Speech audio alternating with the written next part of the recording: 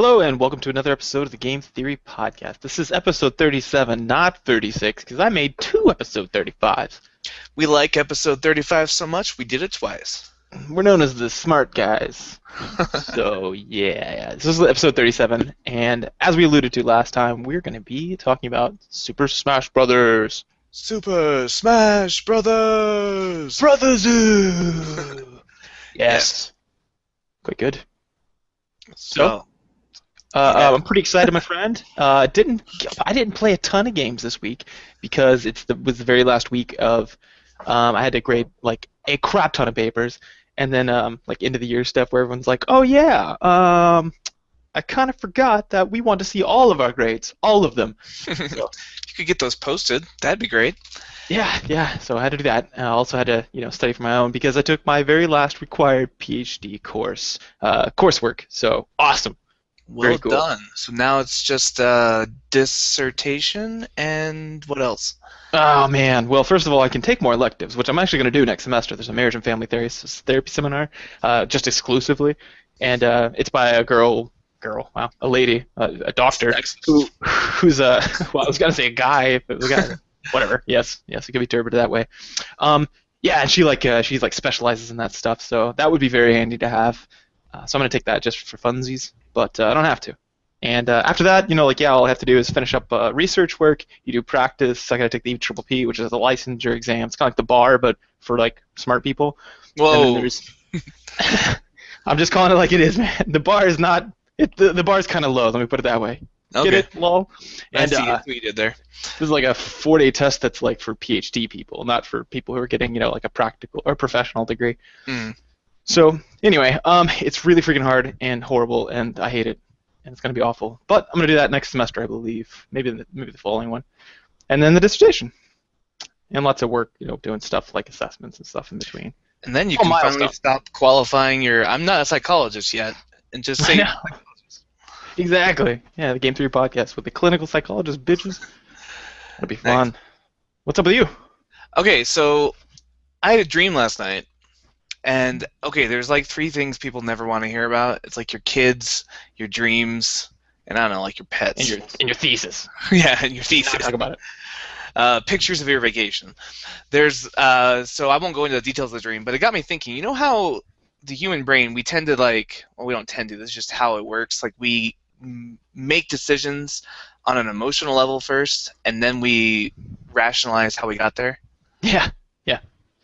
I was thinking, like, with dreams, it seems like you're operating purely on an emotional level. Like, you have these, like, sensations of dread or anticipation or I feel like I'm going someplace exciting, but the details, like the actual logic of what's going on is, like, weird and you don't care. Okay. Like, last night I dreamed I was going to Korea and I was the why or the how or the what. Like, I just knew I was going to Korea and I was excited about it. And then I wake up and everything fades, but you still get the emotions that linger behind. So I wonder if that's an artifact of just the way our brains are better at emotion than they are logic. Oh, yeah, probably, because you shut off your kind of higher order reasoning part of your brain. I say shut off. You really dull it whenever you're sleeping. But yeah, that would make sense because, like kind of your reptilian limbic system sort of brain, that portion of it is definitely alive and thriving. You can have a panic attack in the middle of your sleep, for example, like one of the highest emotional, experiences. So, yeah, man, that could make some sense. And that's why that's why nobody likes to hear about dreams, because by the time you can relate them, all that's left are like vague emotional like impulses that you're trying to like put into context by creating a narrative that you don't remember anymore and that never really was very well developed in the first place. Is this the in-depth analysis portion? Because this is getting deep. No, it's just something I thought about this morning when I woke up, and I was like, I want to tell people about this dream, but now there's nothing left but vague emotional responses. I was feeling a little. Actually, I might save this for the in-depth analysis portion. Yeah, that's what I'll do. Well, cool. And how about the Arkansas? Am I right? Oh yeah. They struck down the gay marriage ban. Yes, and one of my friends was part of the. Gave his testimonial for the court. Cody Renegara. So I doubt anyone knows him. Anyway, yeah, him and his partner can't get married in Arkansas, and so they went and testified and said, hey, we're we'd like to be married if you don't mind. It's kind of a thing we'd like to do. Yeah, this is exciting to us for a few reasons. Like we both grew up in Arkansas, and now we can finally get married. Those are two of them. Yeah. So, better shut off the podcast. Go tell Amy. Yeah, go tell her the bad news. I'll wait. But also, it's interesting because isn't Arkansas the first Southern state to strike down gay marriage bans? Wow, I don't know. I think Cool. so. I haven't been like following it too closely, but I think it's the first one in the South to do so. So kind of a big step. I wouldn't have thought our old our home state would be the one to do it. It's kind of funny that I'm here in Mississippi and they don't consider Arkansas the South because I'm like, no, I'm from the South, and they're like, where? And I'm like, Arkansas, and they're like, oh man, that's not the real South. I was like, what is the real South? They're like, the deep South. I was like, what's that? They're like, Texas. Okay, if you have to say Alabama. deep in front of it, then you're clearly like making a distinction between the South and deep South. Yeah, Yeah, I know. we didn't say we were deep South, moron. We said we were in the South. From the South. We fought in the Confederacy. Not our best moment, but we were on your guys' team. Yeah. Yeah. We still have a-holes driving around with Confederate flags on their trucks, so don't tell me we're not from the South. Yeah. Let me take you to a couple places where you'd be terrified to stop because you'd be afraid that you might be on the dinner plate. And then, like, I've gone through some crazy places with this, like, Hicks standing outside, and they're all like, I mean, like, not just Hicks, I mean, not like cowboys, but I mean, like you can hear the like band inbred. playing, and you can hear like the "you got a pretty mouth." And they stare at you, and they're just like, what's that guy doing here? And they talk crazy. I'm gonna make him squeal like a piggy. Exactly. You just don't want to stop. Well, Awesome. So good job, Arkansas. Welcome to the 21st century. oh snap. Well, cool. All right. Well, welcome to another episode, guys. It's good to have you again, everyone that's here for this section. We're kind of toying around the idea of maybe having a separate podcast for this since it's so qualitatively different than our in-depth analysis, but Yeah, I don't know if we've really decided. So people who like this one, which this part of the show gets its separate downloads from the other one as it is currently, but we thought about making a separate feed. So if you wanted to be on this one, you would subscribe to this one, and then people who just want the in-depth analysis would just subscribe to that one. Yeah, because there's been some confusion. People have been, I don't know, but whatever. It's just another way to kind of streamline this process, and because majority of people listen to the in-depth analysis, and then there's not a small minority, actually a large minority of people listen to this part as well. So, I don't know. We just thought maybe a different audience. Who knows? And also when we do guest appearances, which we seem to do a lot, it might clear things up to be like, oh, this is the podcast. But Right. I don't know. Something we're tossing around to let you guys know. Yeah. As the show's growing, we have to figure out logistic stuff, which neither of us are that good at. So exactly. We have big decisions. We're that's steady growth, and then every once in a while you hit one of those bumps where you're like, how are we going to deal with this? So that's one of those. Anyway, well, cool. Let's move into recent news.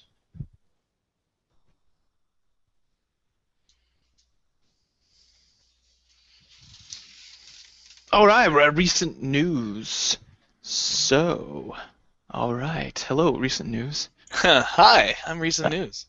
What do you have to say, recent news?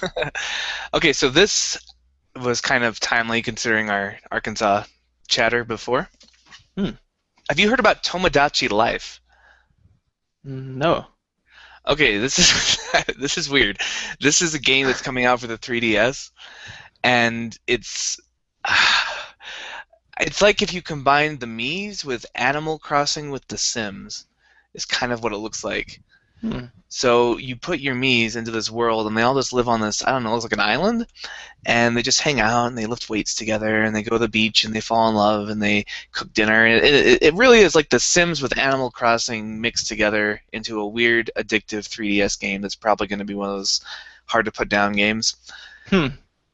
Well, unfortunately, they did not code it to allow for same-sex relationships, which, you're not really thinking of too much when you're making a game. If it's not something that affects you, like if you're a heterosexual male in Japan, you're probably not thinking about it too much. So they kind of overlooked it, and so people kind of rallied and they made a fan petition to put gay marriage into Tomodachi Life, and they sent it to Nintendo. And what do you think a typical corporate thing to do in that situation would be? I mean, I guess if it's big enough, I'm assuming it's big enough. They'd be like, oh, they'd put it in, and they'd be like, oh yeah, thank you for reminding us. Something?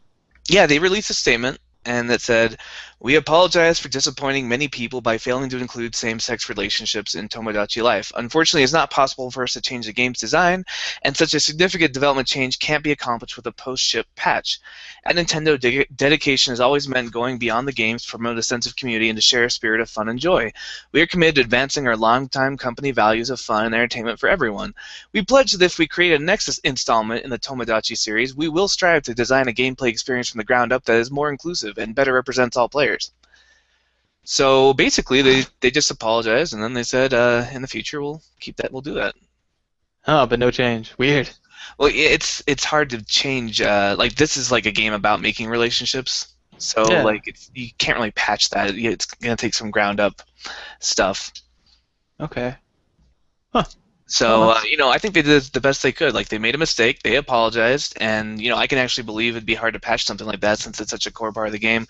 But they did promise that in the future, if they do a sequel, they'll make it more inclusive. So I think that's about the best you can get from a response. yeah, I guess so. Yeah, assuming they're right about their coding, which they would know and I wouldn't. Yeah.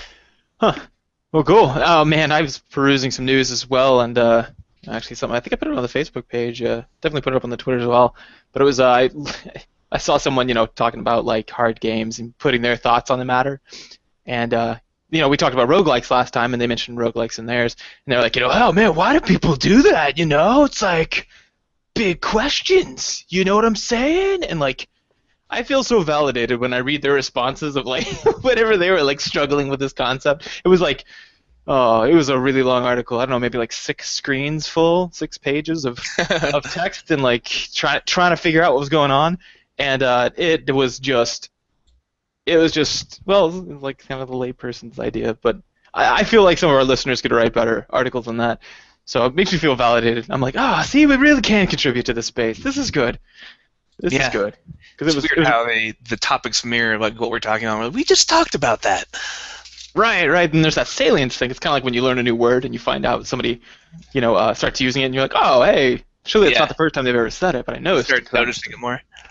Yeah, so I'm sure there's some of that going on, but I don't know. Anyway, yeah. So I feel validated. That was the whole point of that. All right, high five. All right. So let's move on to the next section, I guess. Gaming experiences.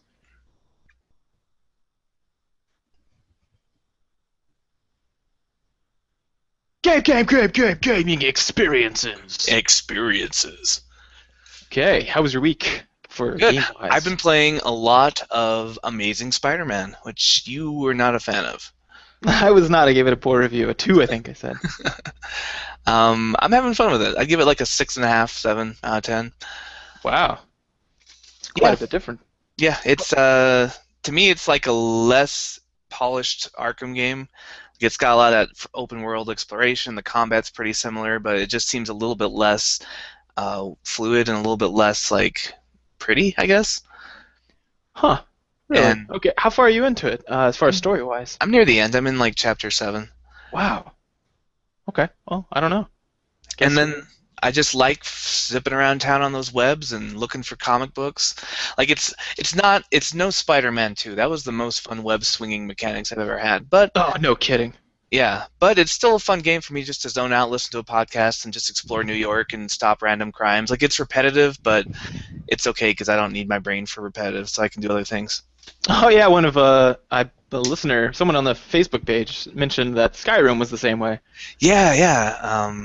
Which turned on a light for me because we've always wondered, like, why do people love Skyrim so much?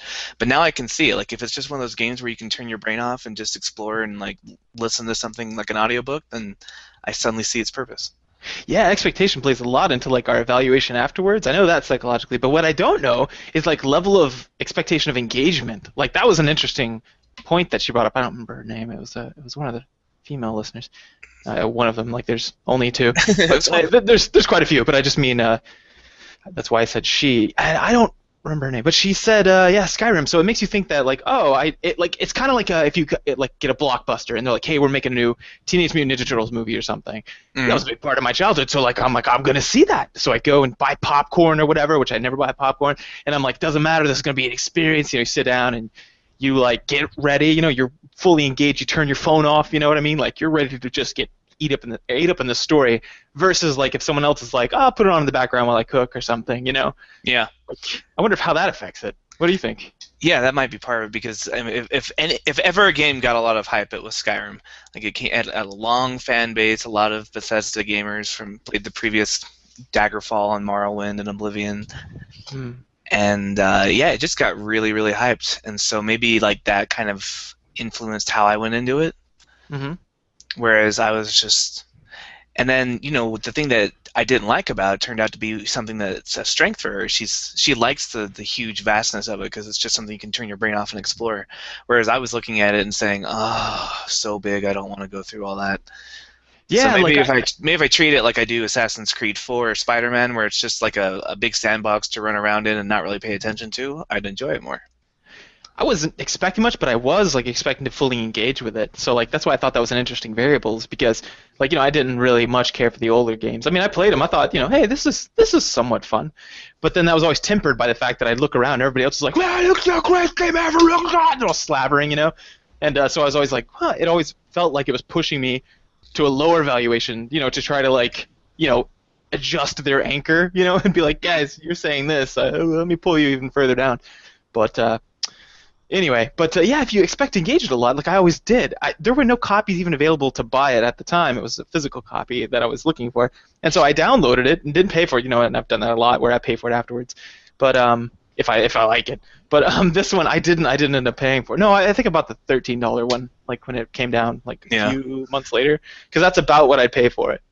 So but if I would have like gone in and thought to myself like, oh, I'll just put this on in the background while but like watch a stream or something on the left side and kind of while I'm Mhm. running, I think I might have liked it a lot more. Yeah, I think so, because that's exactly how, like, Rachel's version of Skyrim is my version of Spider-Man, where I'm just having fun, I'm swinging through the city, and then on the inside levels, I like being able to look at a room and know that I can stick to any surface of it. That's what I like about Spider-Man games.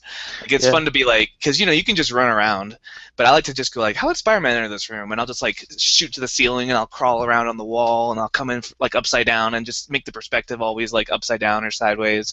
Mm. I just like wall crawling and web swinging, and even a game that's like pretty unremarkable, like Amazing Spider-Man. Like it's not a great game by any means. I think I mark it higher just because it's such a novel experience. I don't get to wall crawl, I don't get to web swing very often in games. So even if it's like a mediocre game that lets me do it, I'm excited.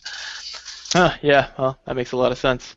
The cool thing about suggestions like the amount of engagement is that that's ahead of the research curve. That's exciting because like that's something that like modern theories don't have nothing to say about yet, because since video game research is so new as far as like not being crap that Anderson puts out, which is like, oh, it's gonna kill you and your babies, which he said one generation ago about media like movies and TV, and then he was dead wrong on that. And that was after his predecessors said it about radio. They said don't put violence on radio. Like this has been going for a long time, folks. Like they've always been wrong. Believe it's gonna happen again, I think. But research suggests I should say. I don't just think. But anyway, like yeah, this is ahead of the curve, so that's exciting. Like, because then I looked at that like academically, and I was like, oh man, you could do like a study on that. And then I thought, well, no one would even publish that because they'd be like, that is like further out than what we're even considering right now. So Yeah. because that's Speaking how of, editors talk, editors talk like that. yeah, oh, I'm an editor. Revise and erase a man. So a little tangent from that. Part of my job as a teacher is we have the students do these panels where they have to debate something, and then we fill the role of the hostile panel they're debating against. And so I got drafted into a panel where they were trying to argue in favor of the FCC dropping censorship. Basically, like you can put whatever you want on whatever channel you want, and it's up to the parents to kind of like, control that on their end. Mm-hmm. And one of the points they raised was they're like, well, some people think that media can influence children negatively, but we've already seen from a researcher, and guess who he quoted? Anderson. No, Ferguson. Yes. Yes, Dr. Ferguson. He quoted all these Dr. Ferguson quotes to prove that there was no problem like with violence in media for children. Like he was trying to correlate video games with TV, and I was just like, yes, I know that guy. He's awesome. Friend of the show. Yeah, Seaberg. even though I was on a hostile panel, I was just like, I cannot, because the other person on the panel was like, I'd like to see this research. I'd like to see if they controlled for variables. And I was like, no, no, it's good. The science is good. They've got us on that one. Awesome. That's so cool. You So don't get to yeah. see this stuff come up in relevance a whole lot, but when it does, man, you jump at it. You're like, ah, I can say something there.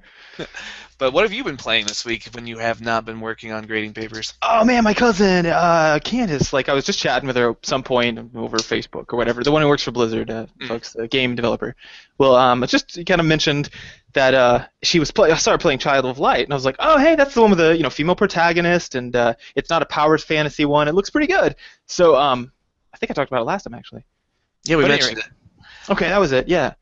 I thought, yeah, this looks like a really interesting game. I'd really like to see this.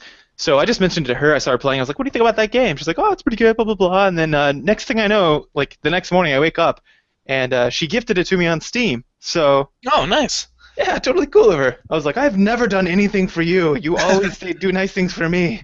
Oh, that's very cool. So have you played it? No, that's a testament. I'm so curious about it, and that's just a testament to like how little time I had.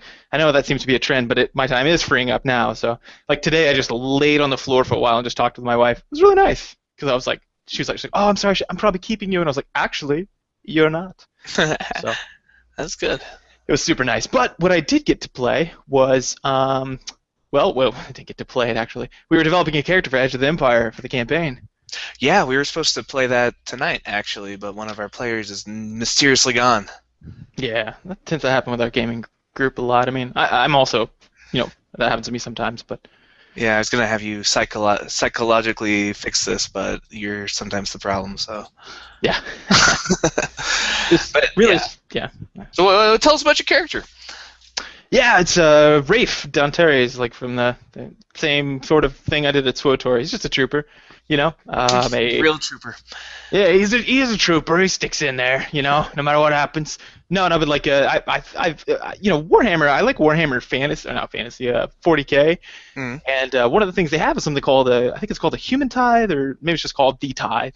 And 10% of a population needs to give themselves to the Empire and go fight, in their the war, right? So that's Right. how you tithe. The Empire tithes in, I think it says in blood or in lives or something, not in currency. Or that is our currency.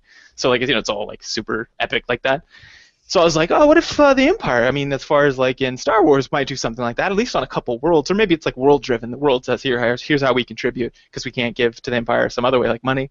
Mm. So I figured I'd be from one of those worlds, and then I get into the Empire, and I'm all like, all right, let's do this thing. And then some sick crap happens. So then he's like, oh crap, and he defects. Yeah, the game we're playing takes place just after Star Wars: A New Hope. So Alderaan, that got blown up. That's a thing. It's Yeah. a pretty good reason to defect, I'd say. Right. But yeah, so we're excited to play that. You're basically kind of doing a Malcolm Reynolds thing now, like you're just kind of drifting on the edge of the Empire, as they would say, like out in the Outer Rim, and just trying to stay under the radar and keep money coming in. Right. And my role is sort of like I guess like a Jane almost. I'm a hired gun. Yeah, mercenary. Yep. Because we got like 100 bounty hunters, go figure. Yeah, everybody wants to be a bounty hunter. Bounty hunter or Jedi, and there's no Jedi really, so very few. So I don't see the appeal with bounty hunters, actually. You don't like it? I think it's just people like Boba Fett had the best costume design Yeah. ever.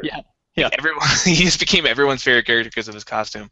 But like in reality, he mostly just like died by falling into a pit while wearing a jetpack. Well, that's what's funny is like, I became a fan of Star Wars kind of in a vacuum. I had a bunch of sisters who weren't involved in that kind of thing.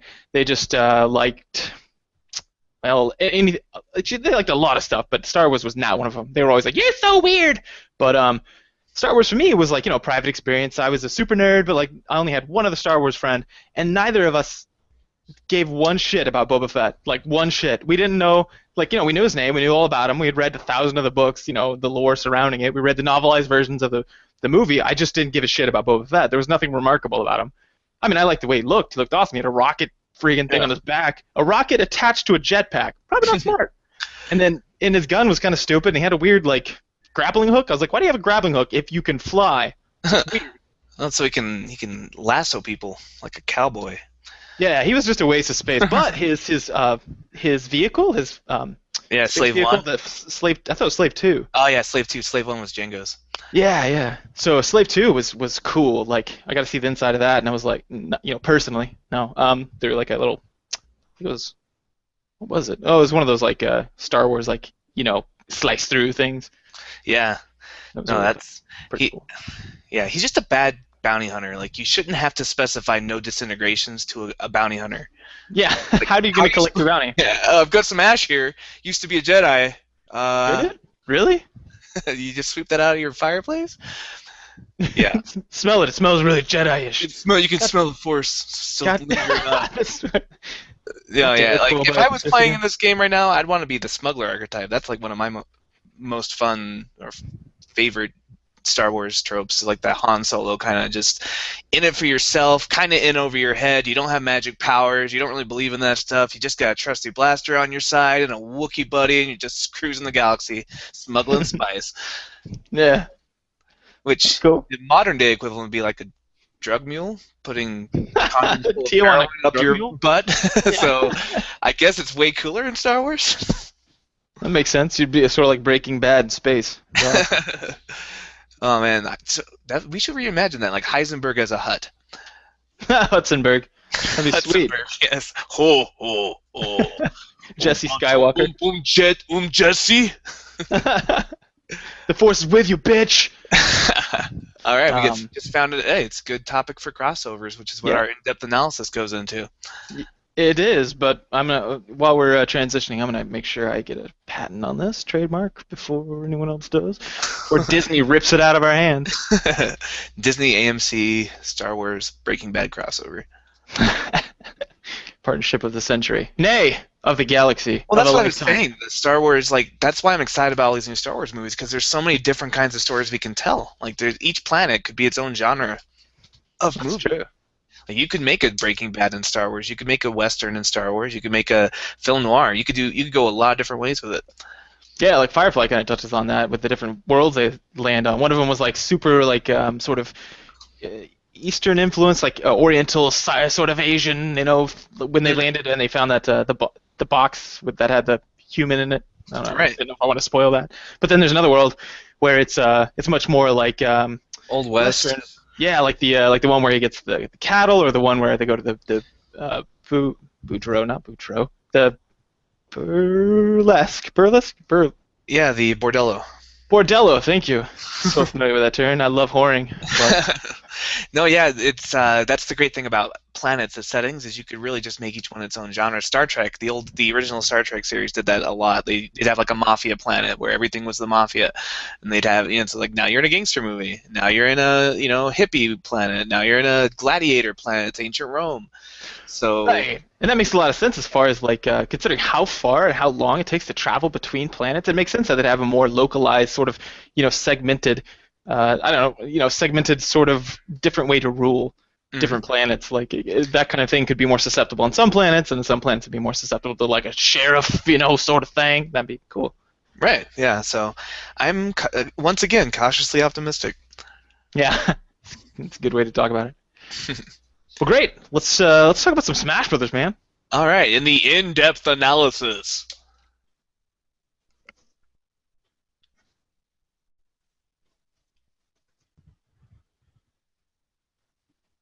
In-depth analysis. Okay, this week, for anyone just now joining us, this is episode 37. We're talking about Smash Brothers, and this should be cool. Smash Brothers, we've got a history with it, right? Yeah. Okay. First of all, what a history. Do you know that 2 weeks ago was the 15th anniversary of Smash Brothers? Oh my God, the first one. Yeah. Way to feel like an old man. Oh my God. There's people that are listening that may not have been born by the Yeah. time. Whereas I was old enough to be able to purchase the game when I saw the commercial. Yes, the infamous commercial. What was that commercial? So you got Mario, Donkey Kong, Yoshi, and Pikachu holding hands and skipping merrily through a meadow of flowers. It's, And it's it's people playing, like in big like stuffed suits, so it yeah, looks absurd. and it's playing that you and And me and me and you, you. no matter how the dice is tossed. Boo-doo-doo-doo. so Yep. happy together, and then They're like skipping. Yeah. suddenly in the middle of like their frolicking, Mario just trips Yoshi for no reason. And They're then Donkey buddies. Kong just punches him in the face, and they just break out into a four-way brawl where they're just going at it, and they're in these big stupid costumes, so it just looks ridiculous and fun. Oh And my then it's god. like the narrator's like something is wrong in the world of Nintendo, and it starts showing like scenes from the show, and it blew my 15-year-old mind, like watching this happen, because I was Wow. like, because they were describing a four-player game where all these Nintendo Yeah. characters could play at the same time, and they're on these Nintendo levels, and I was watching Pikachu fight Donkey Kong, fight Samus, and oh man, I knew like that was like the best commercial, the most effective commercial ever. I just in the car, Walmart, purchasing the game same day. Yeah. Yeah, I remember seeing it too, and I was like, "That's a good commercial right there. That's amazing." Man, and like the idea of four players and a fighter, I didn't see how that was gonna happen. I was like, "That's gonna like what? I don't know how they're gonna do that. Like, what? Can't you just gang up on people? You know, and that kind of thing." And also, like you mentioned, well, in the pre-show we were talking, and you mentioned that it introduced the y-axis, right? Yeah, yeah. So before we get into that, let's just for like the three people who've never seen or played Smash Brothers, like how Oh is yeah. that? How's it? What are the mechanics? How does it differ from a normal fighter? Okay, so a normal fighter, you got life, right? When you get to Like the a bottom half. health bar usually. Yeah, yeah, and when you get to the bottom of that bar, you're out for the round. And then usually you come back for another round, sometimes three. Round And two, fight. right, and you it's a best of three. It's just you try to get that person to the bottom of their bar, and then you fight. And that's essentially it. Like you can move horizontally on an unlimited basis. Levels are usually pretty small Yeah, and they're pretty usually tight. pretty tight and small, and just an x-axis. You can go left or right. You can jump. Right.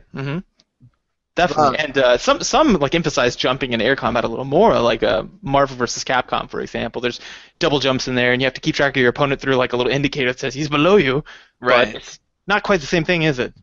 Yeah, it's like most games, like your Street Fighters, your Mortal Kombat's. There's some jumps, but and then you have some double jumps in that one, but still, it's not quite the same. Because when you get Smash Brothers, we introduce what I like to think of as the y-axis of combat. Because now we have levels with platforms and different stages where you could fight on. So you can like attack from underneath somebody while they're standing up fighting on a platform above you, or you could come down from above. You have characters that can fly, like Kirby or Pit. You have just this whole new kind of dimension to the combat that really, like, literally adds a new dimension to the Yeah. gameplay. And oh man, the psychology part comes in a little later about how people interact that way, but I think the just the spatial like control. Remember David Serlin, not David Drake. That's you, but David Serlin said controlling space is kind of an idea. You have these characters who control space. Well, in this game, there's no real character quite that like that. I don't know, it's de-emphasized, I should say, because every character must control all space around him, and it's really all about not so much about depleting the life bar. What's the win condition? Okay, yeah, so instead of a life bar, you have damage percentages. So every time you get hit, it does a certain percentage of damage. And you can Mhm. have like 90% damage, 100% damage. You can have 600% damage. It's not like math where 100% is the max.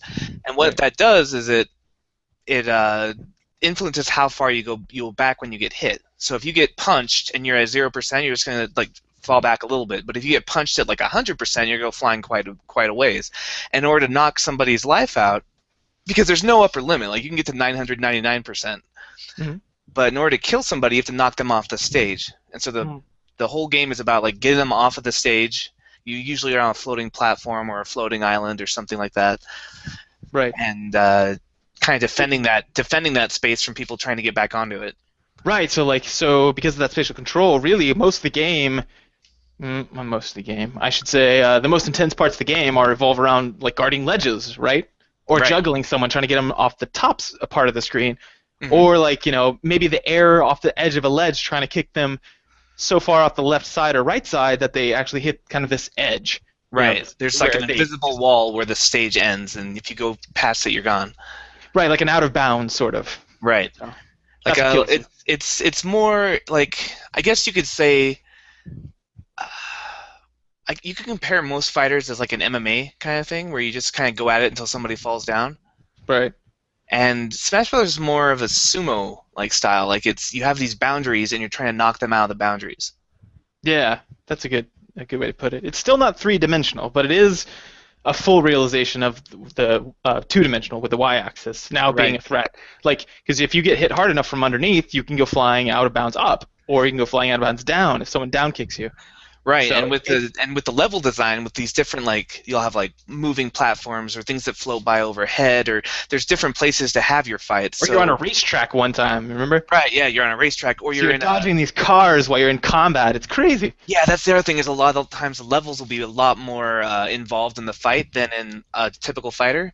You'll have Mhm. monsters appear and attack, or you'll have like environmental hazards like the Brinstar level with the acid that comes up and then Mhm. retreats back down. So you'll have to get to higher ground, keep fighting, and then move back down, which adds a new level of strategy because now you have to be able to maneuver.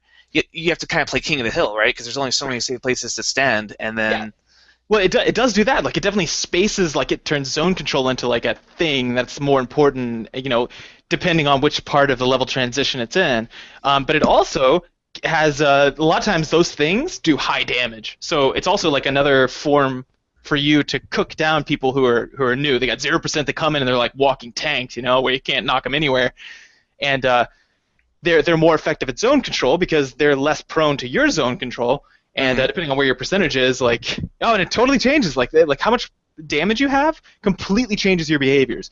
If I have 0 damage and I come in, I'm getting some control. I'll be like, this is my board space, bitches, and I just jump down right where they're at, and I start going because they're gonna hit me as much as they want. I'm barely gonna move anywhere. Right, that's another huge difference. Like it's a minor change, but it's a huge difference in fighting games because most fighting games you're gonna play mechanically the same no matter how hurt you are. Like there's no reflection of like I'm wounded now I'm not as effective. Like you Right, may have to relatively. yeah you may have to fight more conservatively, but like Mm, a punch from Ryu when he's got a sliver of health is gonna hurt just as much as a punch when he's at full health, and he's gonna mhm. take just as much damage from the other guy's punches no matter what. But this Right. one introduces the sliding scale of how tough you are. So the more hurt you are, you actually have to change your style of play because you're actually in more danger, and people who are This healthier are harder to hurt.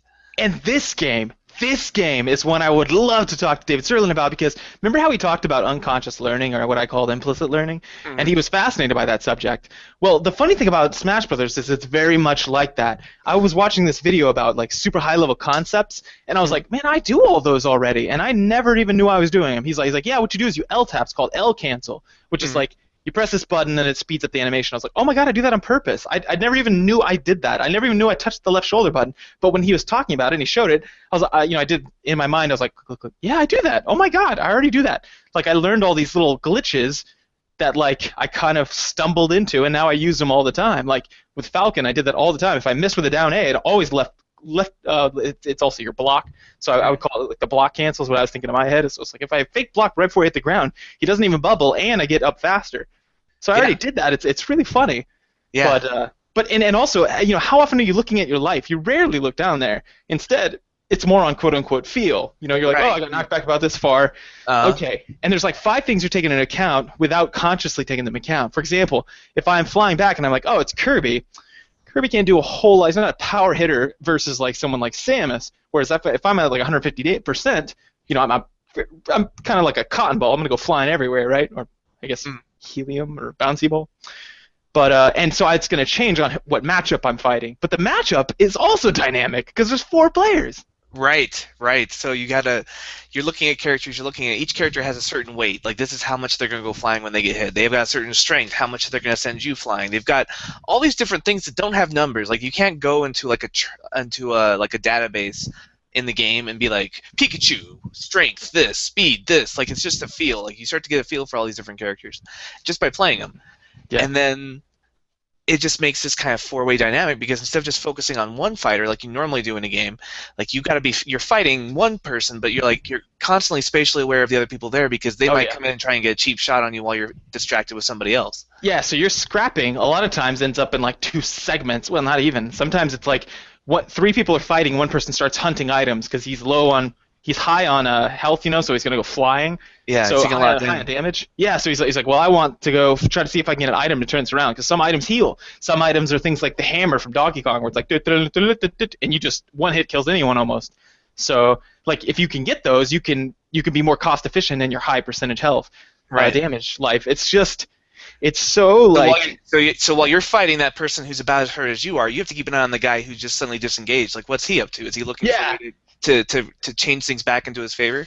And the funny thing is, there's sort of like, or at least in our gaming group, and haven't watched a whole lot of pro matches of this. There's sort of like an unspoken set of rules, you know? Yeah, like a culture kind of grows up around it, like a unspoken set of expectations. Yeah. So like we're fighting, and like we kick, like I'm fighting, and I kick some guy, and he goes flying. He's got a ton of health, and I'm like, ooh man, he's almost dead. All I gotta do is finish this off, and I need like 30 seconds. And then someone comes and kicks me in the back, and I'm like, oh yeah. So I start fighting him. But both he and I are keeping our eye on that guy who's flying back to the platform because we need to know what he's doing. If Right. he's going to re-engage us and he's going to be cost inefficient, well, that's no problem. We're both going to turn around and both of us are going to like try to get the kill. You know, not Mm. because you get any bonus for getting kills. Well, I mean, I guess in one game mode you do, but typically it's Yeah. just to get him out of the way. And so we Right. just go fury on that guy because get him out of here and let's go back to us. But if he starts going in and getting items and hunting health items, then we both disengage and we go hunt him. We're like, no, F you, right? Right. Um, And then some yeah. stages themselves will have places that are like the Zelda temple where you've got that tunnel system. And if you get really Yeah. hurt, your strategy is to get inside of that tunnel so that if you get hurt, you're just going to bounce around there like a pinball, but you might not fly off the stage. And Right. then, but if you're down there, somebody else might be out looking for items in the larger world outside, and so you can't just stay down there forever, or you're going to be at a disadvantage there. So there's all these different levels of strategy that, like most fighting games, the background is just that, it's background. You know, like Yeah. there's people like drinking beers on the car or by like on an Air Force base, and they're like, "Go Guile, you're so America, we're so America," Yeah. and just cheering in the background, you know. Or at best, like it's you can knock somebody through a stage and they appear on a different part of the stage and it's just changing. It's just like a scene change basically, and like it Right. doesn't do a lot for the game. Or you can like knock somebody and finish them off by like knocking them into spikes like on Mortal Kombat, but Right. usually the levels doesn't get that involved. Marvel or not Marvel vs. Capcom, Gods Among Us, Injustice had more interactive levels. Like there were usually things that you could do with Hmm. the set Yeah. pieces, but even that, it was almost like it was never not a bad idea to do those. Those were always better moves than anything you could do otherwise. Like, you know, Yeah. throw a globe at somebody, throw a car at somebody. So even then, there wasn't really a strategy. It was just get there first and use it. But with Smash Bros., the stages, like they have shifting tactics. Like what's the best thing to do in any given situation kind of changes depending on what's happening. So it really encourages thinking on your feet. Right. Which is, I think, why we love it. Like, I love games that minimize the amount of rote memorization that gives you an advantage, you know? And I love the Mhm. ones that maximize the amount of reading another opponent, or because that's something that I try to do. That's something I've always emphasized on because I think I seem to do that better than I do rote memorization. Like memorizing stuff, I'm always like, ugh, boring. But like reading people is always fun because there's no reading someone the same way twice. Right. So like this really allows that quick Yeah. decision making, like really, really, really quick, and it's like less about like memorizing combos. There's literally no combos in the game. Right, yeah, we were Or, talking about that off the air. Like there's combos that you kind of string together on the fly, but there's no like roll forward XB YX. You know, the move sets. This is what I really like about the game. Most times you play a fighting game, you have to pick a character and you have to learn all their moves. Like if you press pause on most modern fighting games, you'll get like 3 pages of moves, right? Like yeah, rotate forward, press A twice, rotate backwards, press B, and you'll pick maybe 4 of those that you really like to use, and the other ones you, unless you're just hardcore into the game, you probably won't learn. yeah, At least that's how I play them. I'm like, okay, well here's some moves I can do pretty reliably. I'm gonna do those. And then let's say you master all of Green Arrow's moves, and then you want to play as Harley Quinn. Well, now you got to master all of her moves. You got to rememorize a whole new list. There's another 4 pages. It's a big investment. There's a lot of homework on the front end before you can get good at the character. With Smash Brothers, you have every character has a B move, an up B move, a down B move, and a forward B move. And those moves tend to be similar. Like usually your up B is some kind of jump or movement move. Usually your forward B or your B move is some kind of projectile. So, like, it's really easy to pick up a character you've never played before and just figure it out within a few seconds. yeah. But the intricacies of that character is very difficult. Right. But To, it to lets me control. but when you become good at Smash Brothers, it lets you like I can just play on random and I don't have like a character I have to play to be good because all that memorization I didn't have to do and I can just focus on the actual like in combat decisions, the in Yeah. game decisions. So in the military, we call this tactics versus strategy. Tactics is like your battle movement, right? So like Mhm. I'm in a firefight, what am I gonna do? Like that kind of thing. Your strategy is like your kind of like large scale war decisions. Like oh, we want to take this space, or we want to Right. It's where you defend. have the guys around the map moving those little pieces on the Yeah, map. yeah, and obviously it doesn't it never lends itself to quite that clean of a cutout, but that's a good like heuristic, I think. Mhm. Yeah. So this is kind of fun. It has both. Like you have a long-term goal. You look down at your life or how many like kills you've racked up if you do that game mode, and you have to make a strategy. Like if you're ahead, there's a different way to play conservatively. It's not blocking and defending. It's more like monopolizing on people. The people's tendency to fight each other. Like we use psychology in that game a lot. Right. Remember that? Yeah, the when with our local gaming group. Yeah. Like we would sort of like do things to manipulate other people. Like for example, you could taunt people and it makes them mad, and then that's raising the probability that they're going to engage you in the future, even if it's not favorable for them. Right. Or engage you in the future, like they're going to try to backstab you. Like you're fighting with someone else, and they're going to run over and try to like hit you any way they can. Like they find a baseball bat which sends you flying if they can get it. They're going to try to do those things. So then, like if you raise that possibility, again, you're narrowing the amount of things you need to control for. It's actually really great. Yeah, it's and what do you think about the way Smash Brothers is viewed by gamers as a whole? It seems like there's two camps. Like there's the party game people who are like, "Oh yeah, it's a party game. It's just like Mario Kart or Mario Party." And I think that might have been like its original intention. Like it seems like the designers kind of had that in mind when they made Yeah, it. Like I because feel it's like super approachable. You mean, right? yeah, and I feel like they kind of had unintentional depth to it, like the wave dashing from Melee, where it was just a glitch someone found and exploited and added this whole new level to the game. Yeah. So you got some people who just kind of dismiss it. Like I sometimes am like a little worried. They're like, "Oh, what's your favorite fighting game?" I'm like, "Smash Brothers." Like I'm always a little worried. They're like, "Okay, baby's first fighter." Like like Yeah. it doesn't feel like it's a real game to some people. And No, it then doesn't. Yeah. and then you have other people who actually like have played it enough to realize that it has a lot more depth. It's one of those very deceptive games. Like it's just deceptively complex. Right, yeah.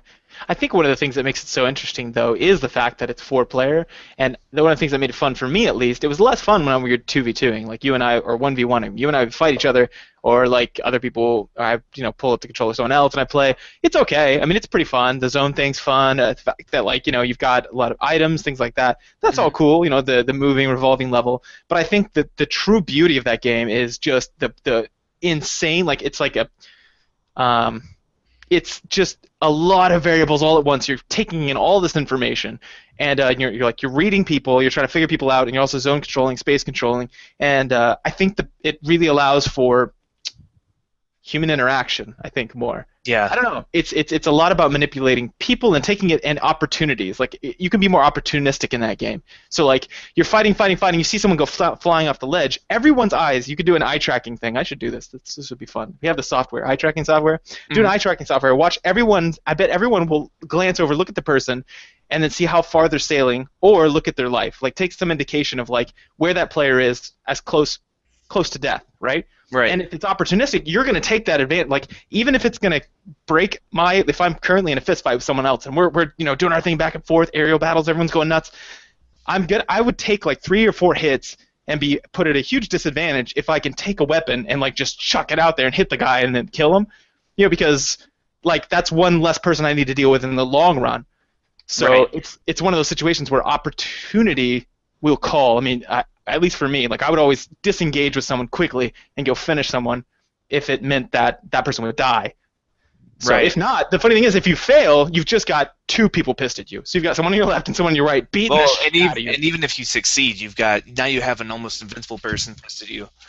Because he's Yeah. gonna come back, and so then your next move is like, okay, I saw this guy I'm fighting. I'm gonna try and move the fight as far away from the center of the stage where the people respawn as possible, so it takes him longer to get to me. And when he does get to me, I'm gonna try and use the guy I'm fighting as a buffer, like to try and put him Oh between no, us. that's what I would do, and I would pick up items, and I would.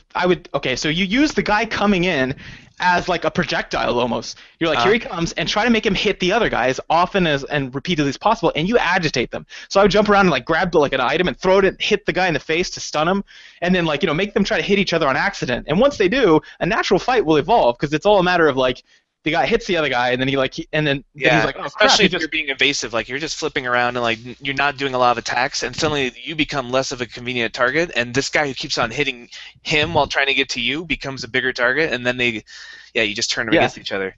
it's hilarious. But then we became famous for that, and we became called what was called the Council, The right? council, yes, and it was ridiculous because our characters of choice were Pikachu.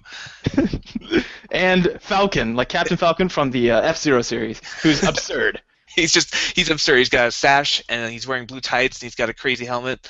Yeah, and all of his like whenever you do like his taunt or whatever, he's like, "Show me your moves." He's so like overdone. And Yeah, super show me lanky. your moves. Yeah. Yeah, yes. Like he's just super excited about everything. He's the kind of guy that like shows up at 4:30 in the morning. He's like, "Let's go for a run," and you're like, "Oh Yeah, God, really?" he is literally that character from Parks and Rec.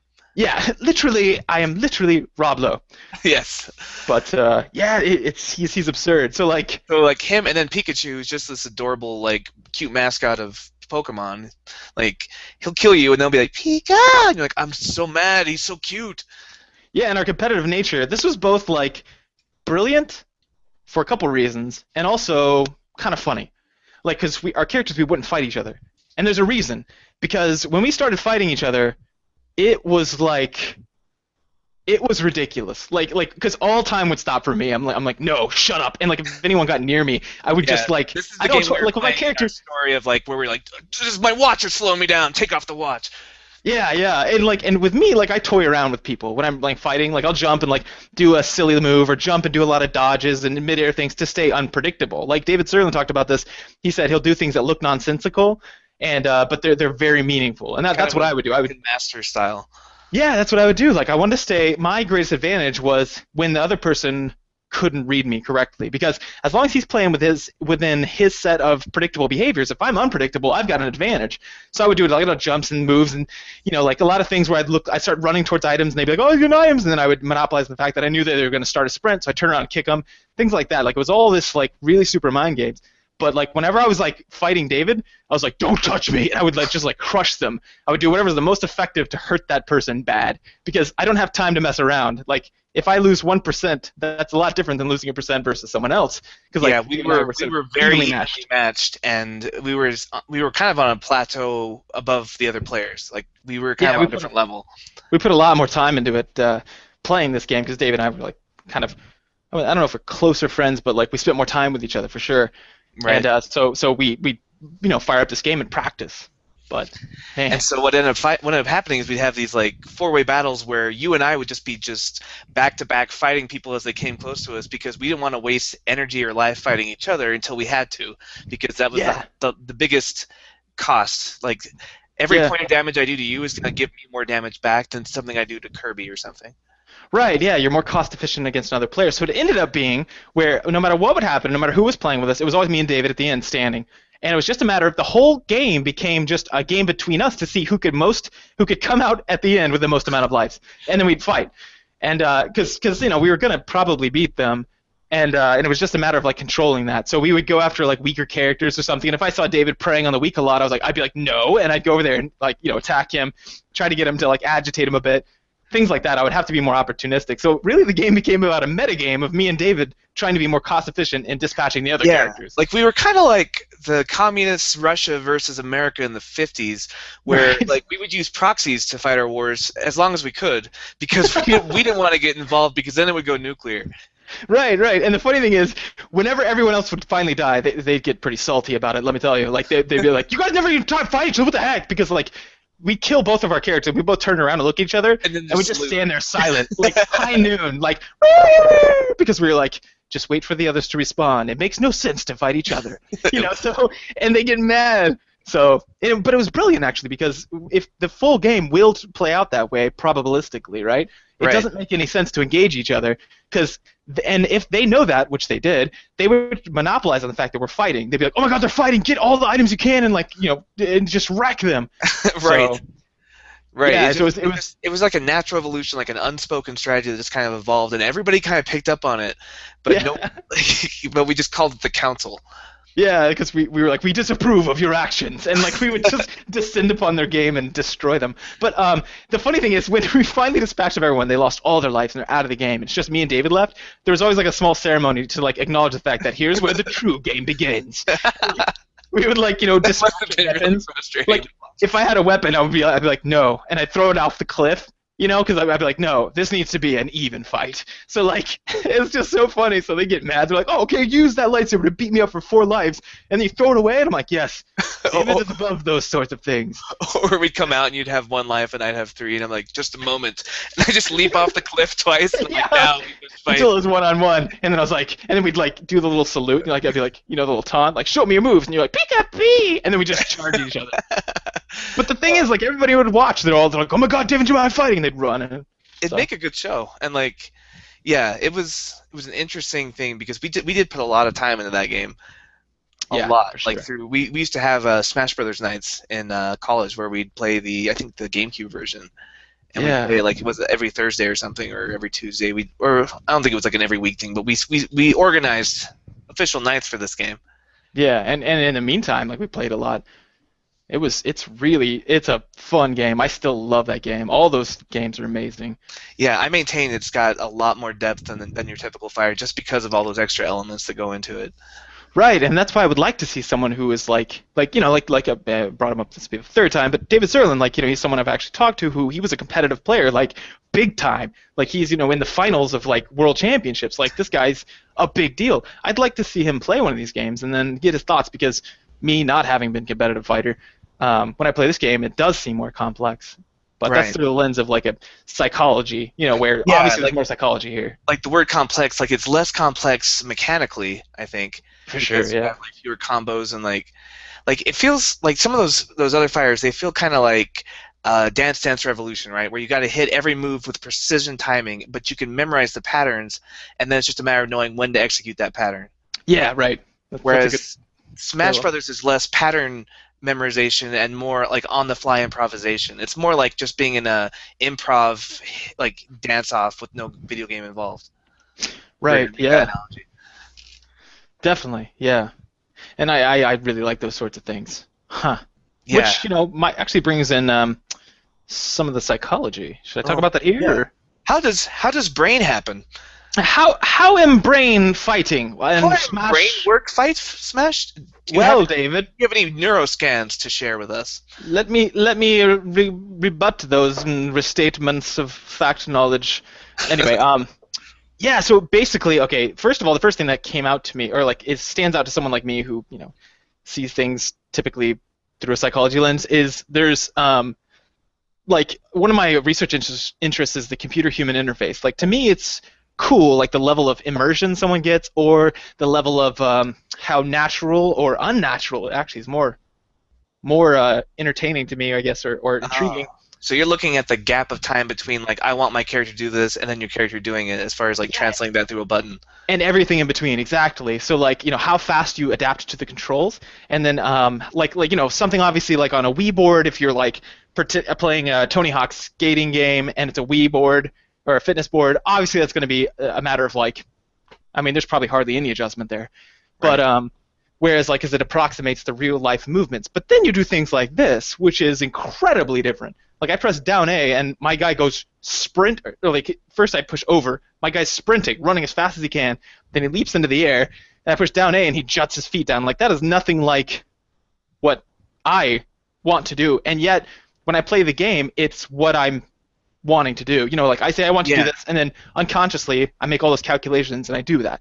Yeah, you're not really thinking about like I'm going to press down A. You're just like this is going to happen, and then it happens. It's almost like you're controlling it with your mind, and your fingers are just intermediaries that you're not thinking about. Exactly, and to me that's fascinating. And the fact that automatic processes, how quickly our body comes up with those, which are super advantageous, but they're also bad in therapy. A lot of times we have to get people to stop doing those.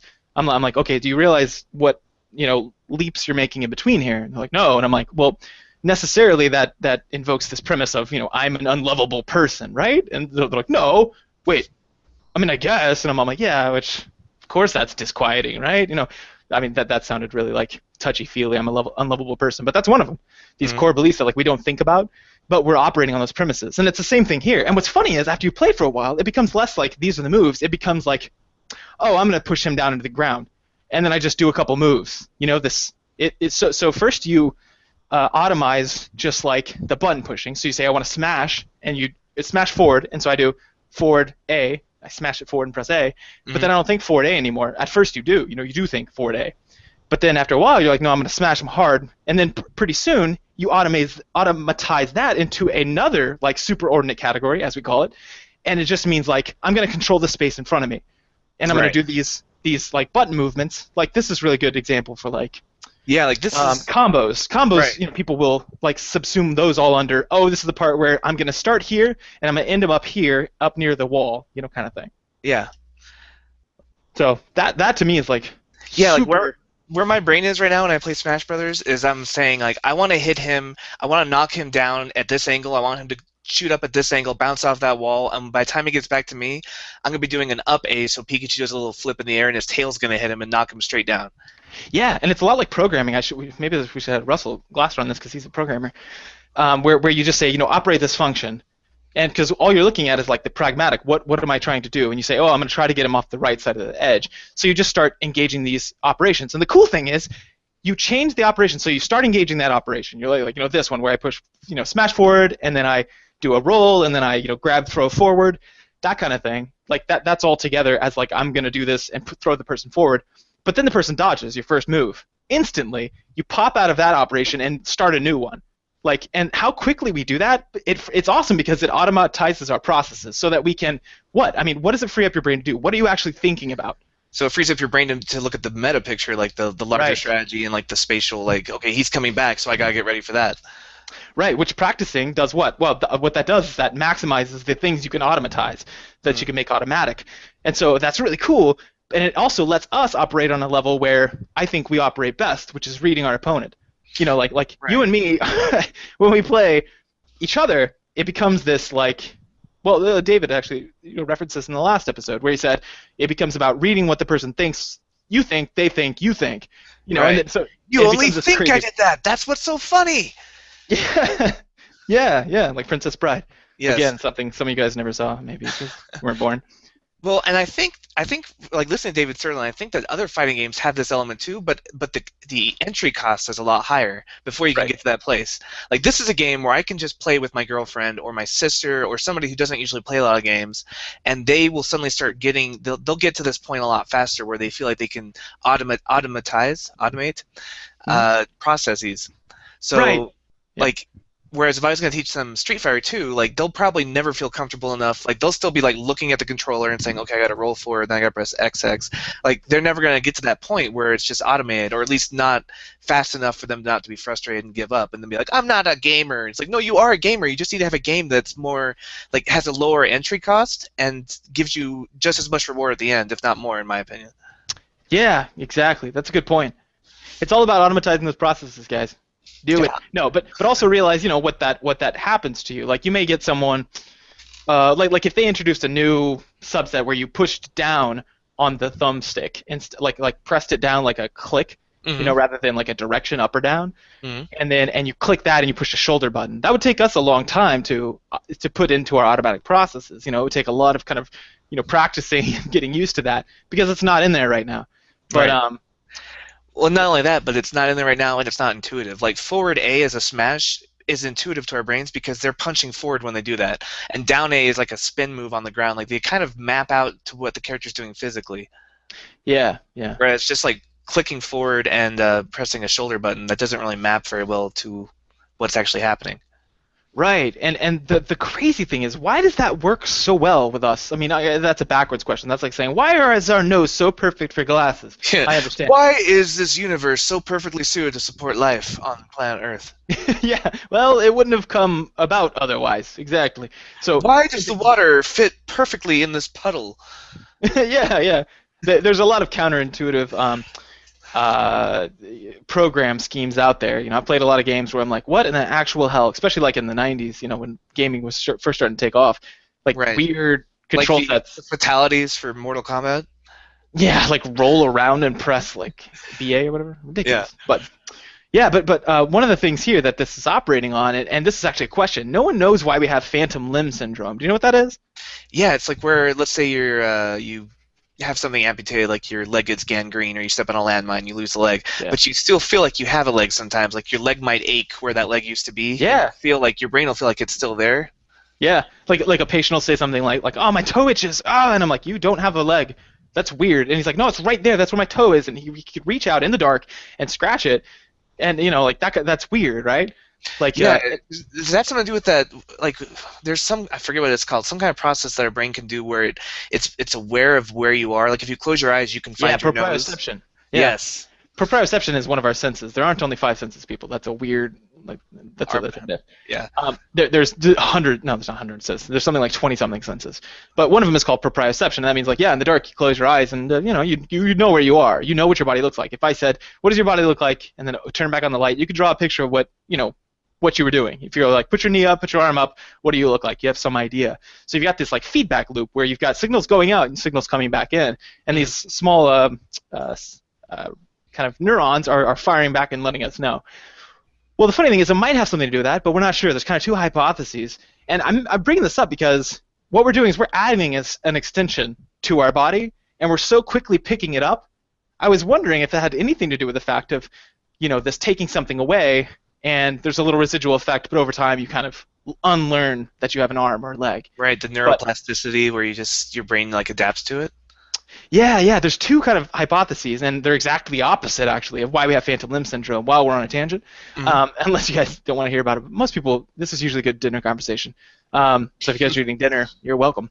But like first, there's this idea of like something missing, like obviously your arm is missing or your leg, but no, I mean like something missing, and like you have these neurons that shoot out of your body, and it looks like a big Christmas tree lights, hanging out, doing all these things. Well, some of those just get completely chopped off. Mm. And there's this idea that like excuse me, that there's like your body sends those little checks out, says, hey, where's my arm? That proprioception you were just now talking about. It says, or where's my leg? And it gets something it's never gotten ever before, and it's not equipped to really handle, which is nothing. Right. Usually, like when you're at rest, you get something. It says it's at rest, coming back. It doesn't say those words obviously, but that's the information it gets back. Mm. Well, when it shoots one out and literally nothing comes back, there's this idea that like things try to answer for it, because that actually happens. Like you will remap, like if you graft like something onto your body, you'll remap it on your motor cortex to kind of, and your somatoform cortex to kind of say, oh, here's where I feel and here's how I move. So your body's really adaptive that way. So there's some idea that that's what's going on. It's this immediate adaptation process that's like, oh, fill in the blank, and that's where you get this idea of like, oh, I felt that. So because the part of your brain that normally receives those signals fires off, even though it shouldn't, right? So this is why like recently medical advances in like for robotic limbs, like a robot hand, like Mark Hamill when in Star Wars where he loses his hand, he gets a new hand. Like we're getting to the point where we can do stuff like that. And what you're saying is like our brains are going to be able or could be able to be like, okay, that's part of my body now, and just kind of remap that.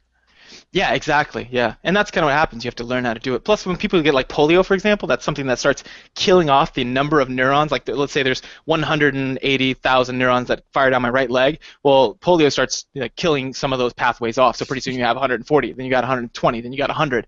That kind of thing. So what it does is when you're relearning how to use those, like sometimes you can regrow those processes. Sometimes it just reroutes. But anyway, Good thing we almost wiped out polio.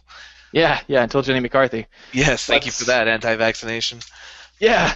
There's this other idea that like the other competing hypothesis is exactly the opposite. It says that it operates on this idea of like a neurosignature and like a neuromatrix, which is exactly what it sounds like. A signature means like, oh, hey, this is the way this fired. I know exactly that's kind of the calling card of my foot. That's my foot.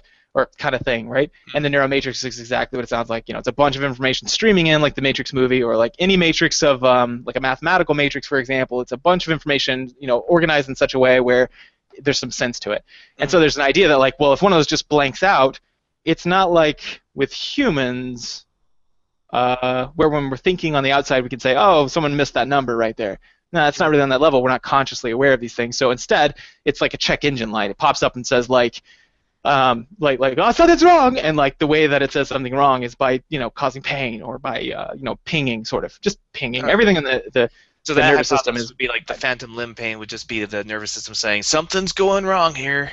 Exactly, like what the fuck? Basically, that's your body saying that. Okay. So that's really interesting because when we add a limb, we do seem to have some sort of adaptation where I'm not conscious at all of what my thumb's doing on the stick and how my fingers are dancing around on the right, but I'm doing it, right? That's all been automatized and it's all now an extension. Like people say, control is the extension of his body or that weapon is an extension of his body. Yeah, I it's think there's a reason why they say that. Yeah, I never thought of it like that. Like like Captain Falcon is like a new limb, like a grafted on arm if you Yeah. lost an arm. And Yeah, and then imagine like a lightsaber or a sword, and uh, I turn off the light just like I said before. Well, this time, if you're very very used to it, and you have that kind of that phenomenon of like it's an extension of my body, you could tell me exactly what your sword is doing in the dark, just like that, right? You do have an awareness of where it is without the true proprioception back, but it is a form of proprioception, right? Of like sensing where it is. that's So it's the amazing. same thing. Like we're so good at using tools that we can incorporate them into our bodies, and they're basically like literal extensions of us. Yeah, isn't that incredible? And also, like it's the same sort of thing. Like if you're blindfolded, let's say you had 3D sound, I guess. I don't know. Anyway, you could sort of close your eyes, or like for example in the game, if I said, "Okay, David, I gave you Pikachu," and then I put in headphones or like earplugs and a blindfold, and then I said, You're starting on the Pokemon level. I want you to jump onto the right platform." Like so you have to do a couple things to do, and then you're there. Like these series of inputs. You'd be able to do it. And Right? I'd say, Yeah. "Where's your character right now?" And you say, "Oh, I'm on the platform." And I'd say, "Okay, now press down for 2 seconds. Now press left for 3 seconds. Let go. Press the A button. Press the A button again. Where are you now?" You're like, "Oh, I'm on the top platform." Unless it's changed to ice by now, which case I'd be here. You Right. have some idea of like this feedback. You've become like that system Yeah. has become part of your sort of understanding of the spatial awareness. It's It's pretty like that, cool, right? like that kung fu cliche where they blindfold the person, then he's still blocking all the attacks. Yeah, yeah. Except that's just stupid. Yeah, I'm kidding. except except for real. Yeah, yeah, yeah. And another thing that like came to mind when I was thinking about that is we've talked about this a couple times, but the size of our cerebellum, it's huge. Like compared to primates, like regular or Yeah. other I primates, don't like want to monkeys. brag, primates, but Check out. There's two things that are big on us. It's penis and cerebellum, and those two things are actually true. Like, proportionally, humans have huge cerebellums and huge penises. Like it's pretty weird. not Well, not not all not wanting to humans. brag. Roughly half of humans have huge penises. Yes, that would be awkward if all humans did. Yeah, yeah, yeah. That would make for awkward conversation. But yeah, so like the cerebellum is things that I guess I should probably say what that does for those people who don't know. But it has to do with like modifying motor movement. So like not producing motor movement, that's your motor cortex, but modifying it. So like making small and gross kind of movements, adjustments. So coordination, right?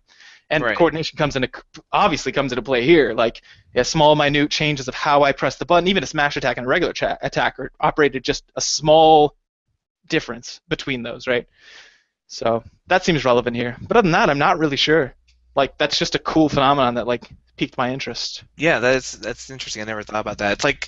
It's like the Mr. Miyagi catching a fly with chopsticks, where like the chopsticks are just part of him.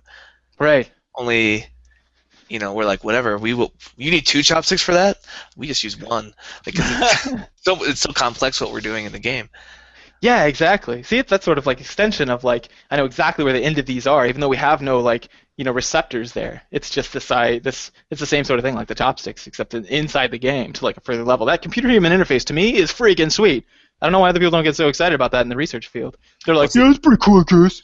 No, it's a huge deal in the medical field just because of the implications for like war veterans and people who have lost limbs. Like we're getting to the point where we can become cyborgs, and I think that's incredibly exciting. Like this is the future. This is Star Wars stuff. Yeah, so cool. Very cool.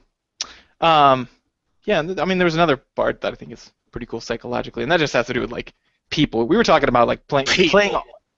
What a bunch of bastards! Yeah, the playing off people, right? Mhm. Like, which is something that like in my estimation, and both of us do, we focus on, or we do pretty well, probably because Right. we focus on it. But yeah, so part of that has to do with it made me think about problem solving, which is kind of what you're doing, right, on the larger level, not like on the smaller level where we're talking about smashing things, but now that we've had the discussion about like how you sort of automatize things and you start using those operations of like I need to clear the space, or like I need to get him up in the air, you kind of initiate these operations. Well, once you're on that level, it's all about problem solving, right? Like someone's like floating in the middle of the air, in the middle of a platform. You've got a decision to make. I need to think, okay, do I want to knock him up? Do I want to knock him to the side, or do I want to do a ledge battle, right? Or just duke it out in the middle. Do I think I can beat him in the middle? So you have to make these little, like, you have a problem, and you have to solve it. You have to make these little decisions. And the cool thing is, there's a few different ways that people can kind of do these. And, there's, first of all, there's kind of this it's called a brute force search. Basically, that just means, like, you examine every possible answer. So if you paused it, and I said, I'm going to give you an hour. When I come back, I'd like you to make the best possible decision. And I just have an hour to try every single possible permutation. Or just think about it. Yeah, just, like, write it down or think about it or whatever. That's that's called, like, a brute force search. It's like what a lot of search engines, or computers, exactly. Like, there's like, hold on, looking at every single thing you have, and you're like, I'm looking for a video file. Why don't you just look at my videos? How about that? Yeah, right I love that. But it's like, oh, checking your system processes, Win32, not here. Like, nice. So sometimes that's appropriate for, like, when lots on the line, and the chance, or if you screw up, you're screwed. But that's not generally how we make decisions, right? I mean, everyone kind of knows that. Well, there's two other ways to do it. One is an algorithm, right? You don't have to search every possible thing, but it gives you this set of things you can do. But it always finds the answer, the correct answer, right? An algorithm, like, as long as you operate it correctly and you use the right algorithm, it gives it to you. Well, there's another thing that's uniquely human, and because those two things computers can do. Well, it's not uniquely human. I'm sure AI is getting there or is already there by now. But it's something that we do without having to be programmed to do it. And well, I say that. Anyway, whatever. It's kind of just a heuristic. So Welcome do you know what a heuristic warp is? zone. Warp zone. Yeah, it's a shortcut. It's a way of skipping past everything, and it's not always going to give you the right answer, and sometimes it will give you the wrong answer. But it's useful most of the time, and so we tend to just rely on them. Yeah, it's kind of like those things, like if you're playing a fighting game of, if I, like, when it's like round one, fight. Like, in that second, you make a decision of, like, what to do. You're kind of like, I'm gonna jump and fly and try to kick.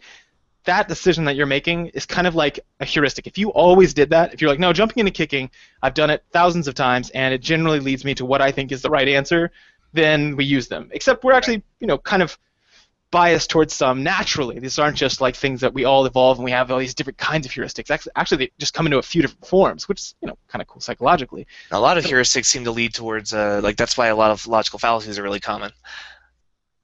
Yeah, exactly. Because, like you said, or like I said, it's not or just usually correct, or more often than not.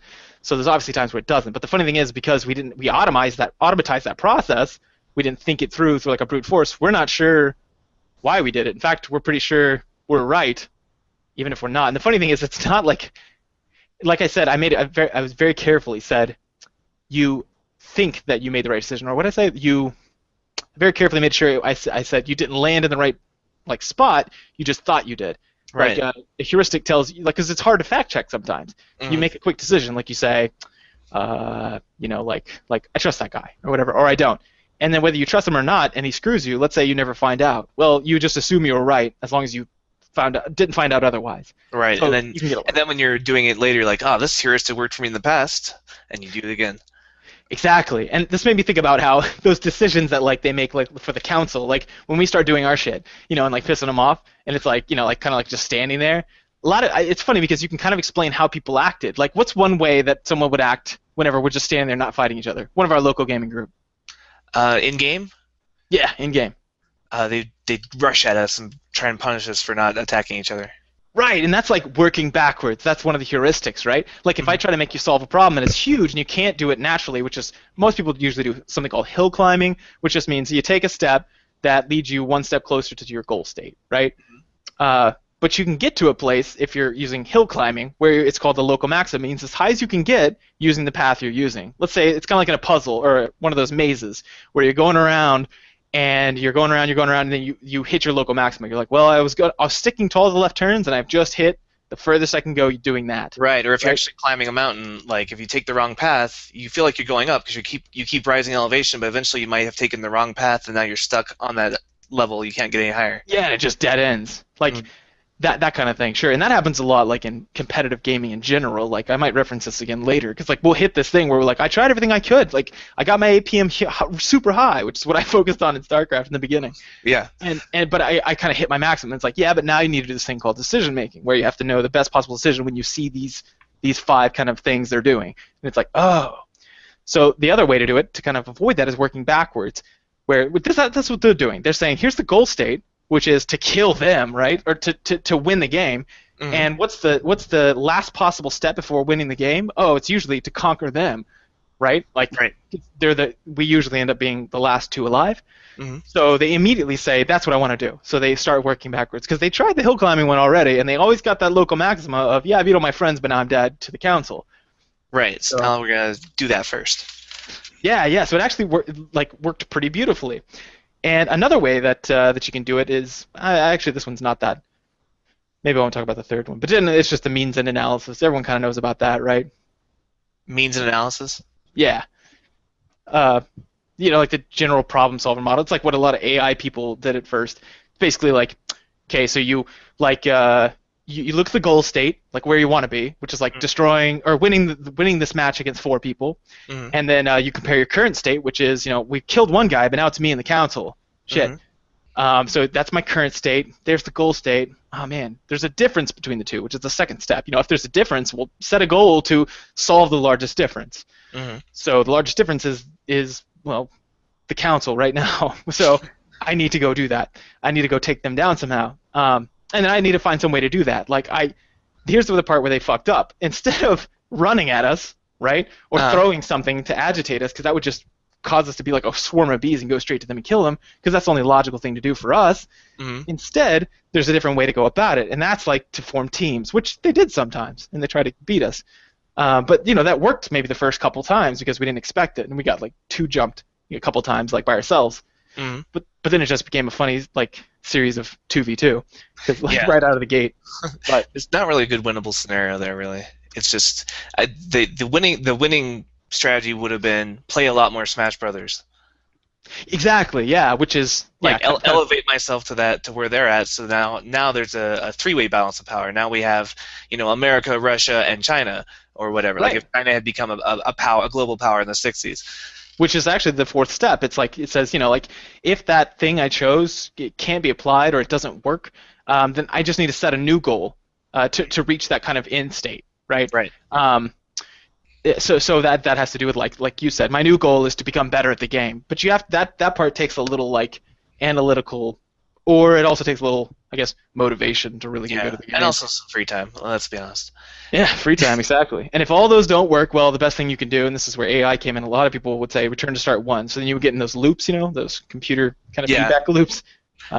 Yeah. Blue screens. Yeah, exactly, that kind of thing. Anyway, so that seemed appropriate here because a lot of people go through these steps and they don't realize it, but if you're a little more explicit about it, you can sometimes take shortcuts rather than using a heuristic and getting like owned repeatedly. Right. But that's just fighting games, and it seemed to make sense for me for Smash Brothers to talk about that here rather than fighting games because it's more comes into play here. Seems more salient.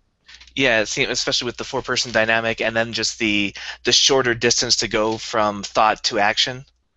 Yeah, right, exactly. You That kind of shortcut to that end game quick. Yeah, so thought kind of becomes more relevant on a like this. Everything we talked about today could apply to Street Fighter 2 Turbo, but it's only going to apply to Street Fighter 2 Turbo when the professionals are playing in tournaments. Like most people don't get to that point in the game. And a lot of people neglect to put that into the AI. Like they just don't see it as part of the game. So like when we're Right. playing computers, or it was easy to manipulate them to fight each other and to fight the other guy.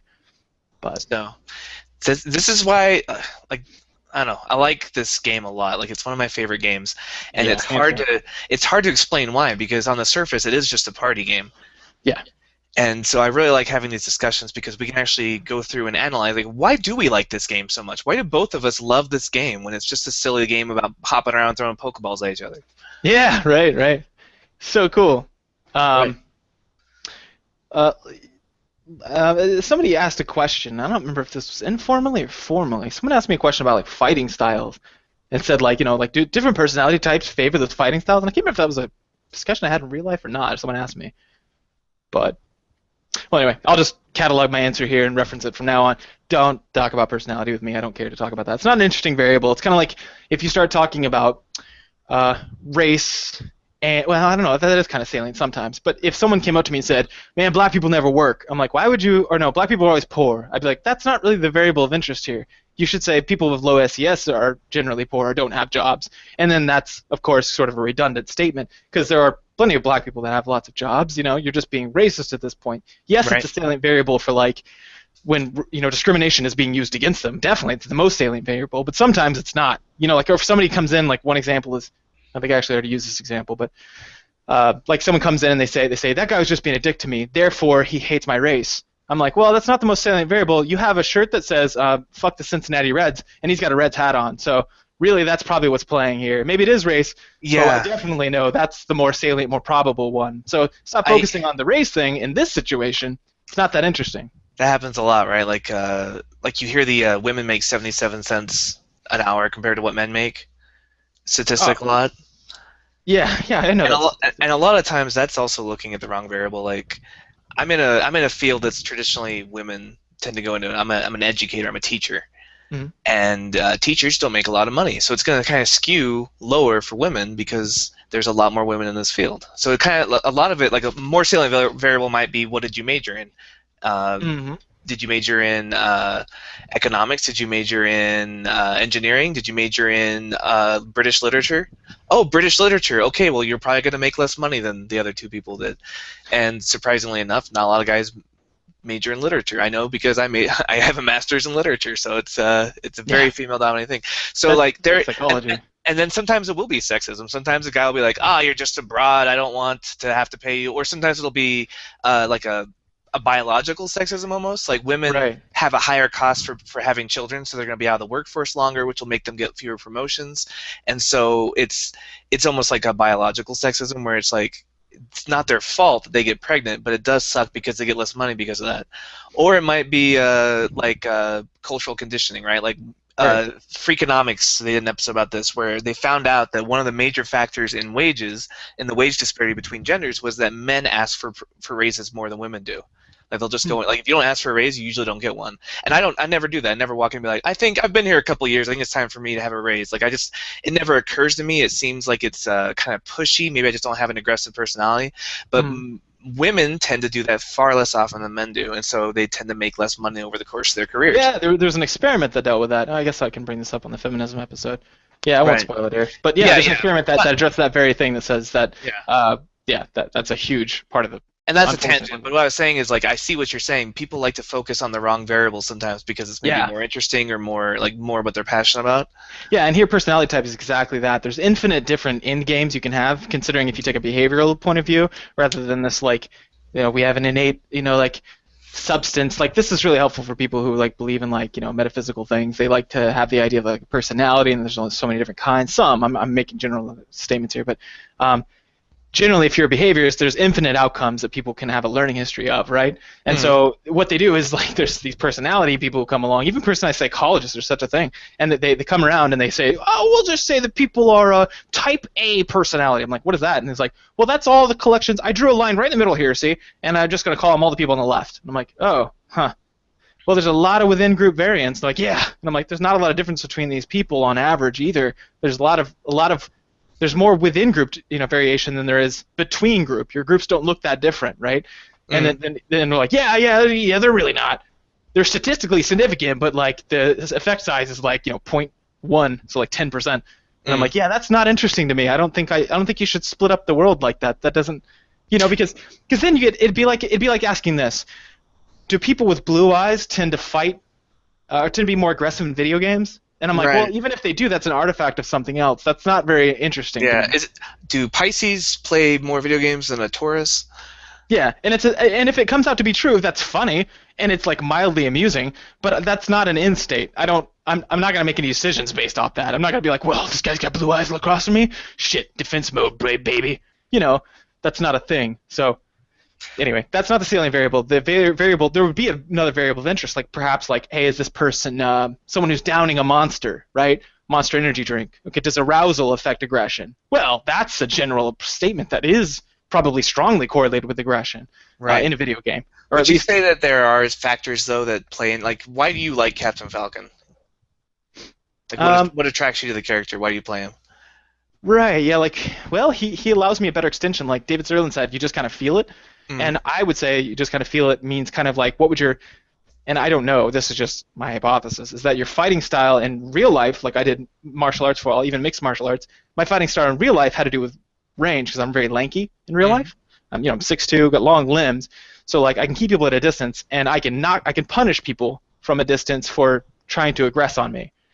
So I make them come in hard and fast, which there's only a couple different ways to do that. So I've limited the things they can do. Okay, so like a Captain lets you personality do that person 'cause would look at you and say like, "Oh, he likes Captain Falcon because he's kind of flashy and kind of he's like an outgoing kind of person." But you're saying it's because it more reflects like how what feels natural to you in a fight. right, when I'm reading another person, how am I trying to control that person's behaviors? Like that would be probably more strongly correlated and less like kind of an artifact of something else. So, yeah, I would say something like that exactly. Like, Uh, is this person someone who tends to be a reserved individual who likes to only have a certain number of things come at them, in which case they'd be good with a character like Ryu in Street Fighter because, he throws a lot of fireballs and then he has a dragon punch. And because of that, you can only do so many ways to get to you. You know, it's good for turtley characters who are careful people. Yeah, that's Not, interesting. Like I'm like my physical build, I'm pretty slight of build. I've always been kind of like I'm 5'11", I don't weigh that much, and so I'm all about like speed and kind of like thinking on my feet. yeah, And so my character Pikachu is all about like just speed and like if you get hit, it's gonna hurt a lot because you're not that big, but right. you can kind of use your intelligence and your speed to win the fight. Yeah, and whereas my personality has stayed the same, the characters I play in D&D, they've changed, haven't they? Right. Yeah. Like right around when I got a larger body size, I went to basic training, gained like 22 pounds in like a month. I got big and kind of stronger. I started playing like characters that are warriors because whenever we'd spar, I changed my fighting style because I became a powerhouse. I could Yeah. drop people You with a left a couple mage hits. and came back a fighter. Exactly. So now I love the beauty of close quarters combat, whereas before I used to avoid it at all costs in like street fights. Like I didn't want to be any part of that, like because you get wrecked. So yeah, see that changed. My personality didn't. So a personality psychologist would get fucked for that kind of thing. So Interesting. interesting. Yeah. Yeah. Okay. Well, I've got a question for you. When you first saw that commercial 15 years ago for Smash Brothers, what was it that initially got you excited? That the idea of first of all, I thought it was great advertising. Hmm.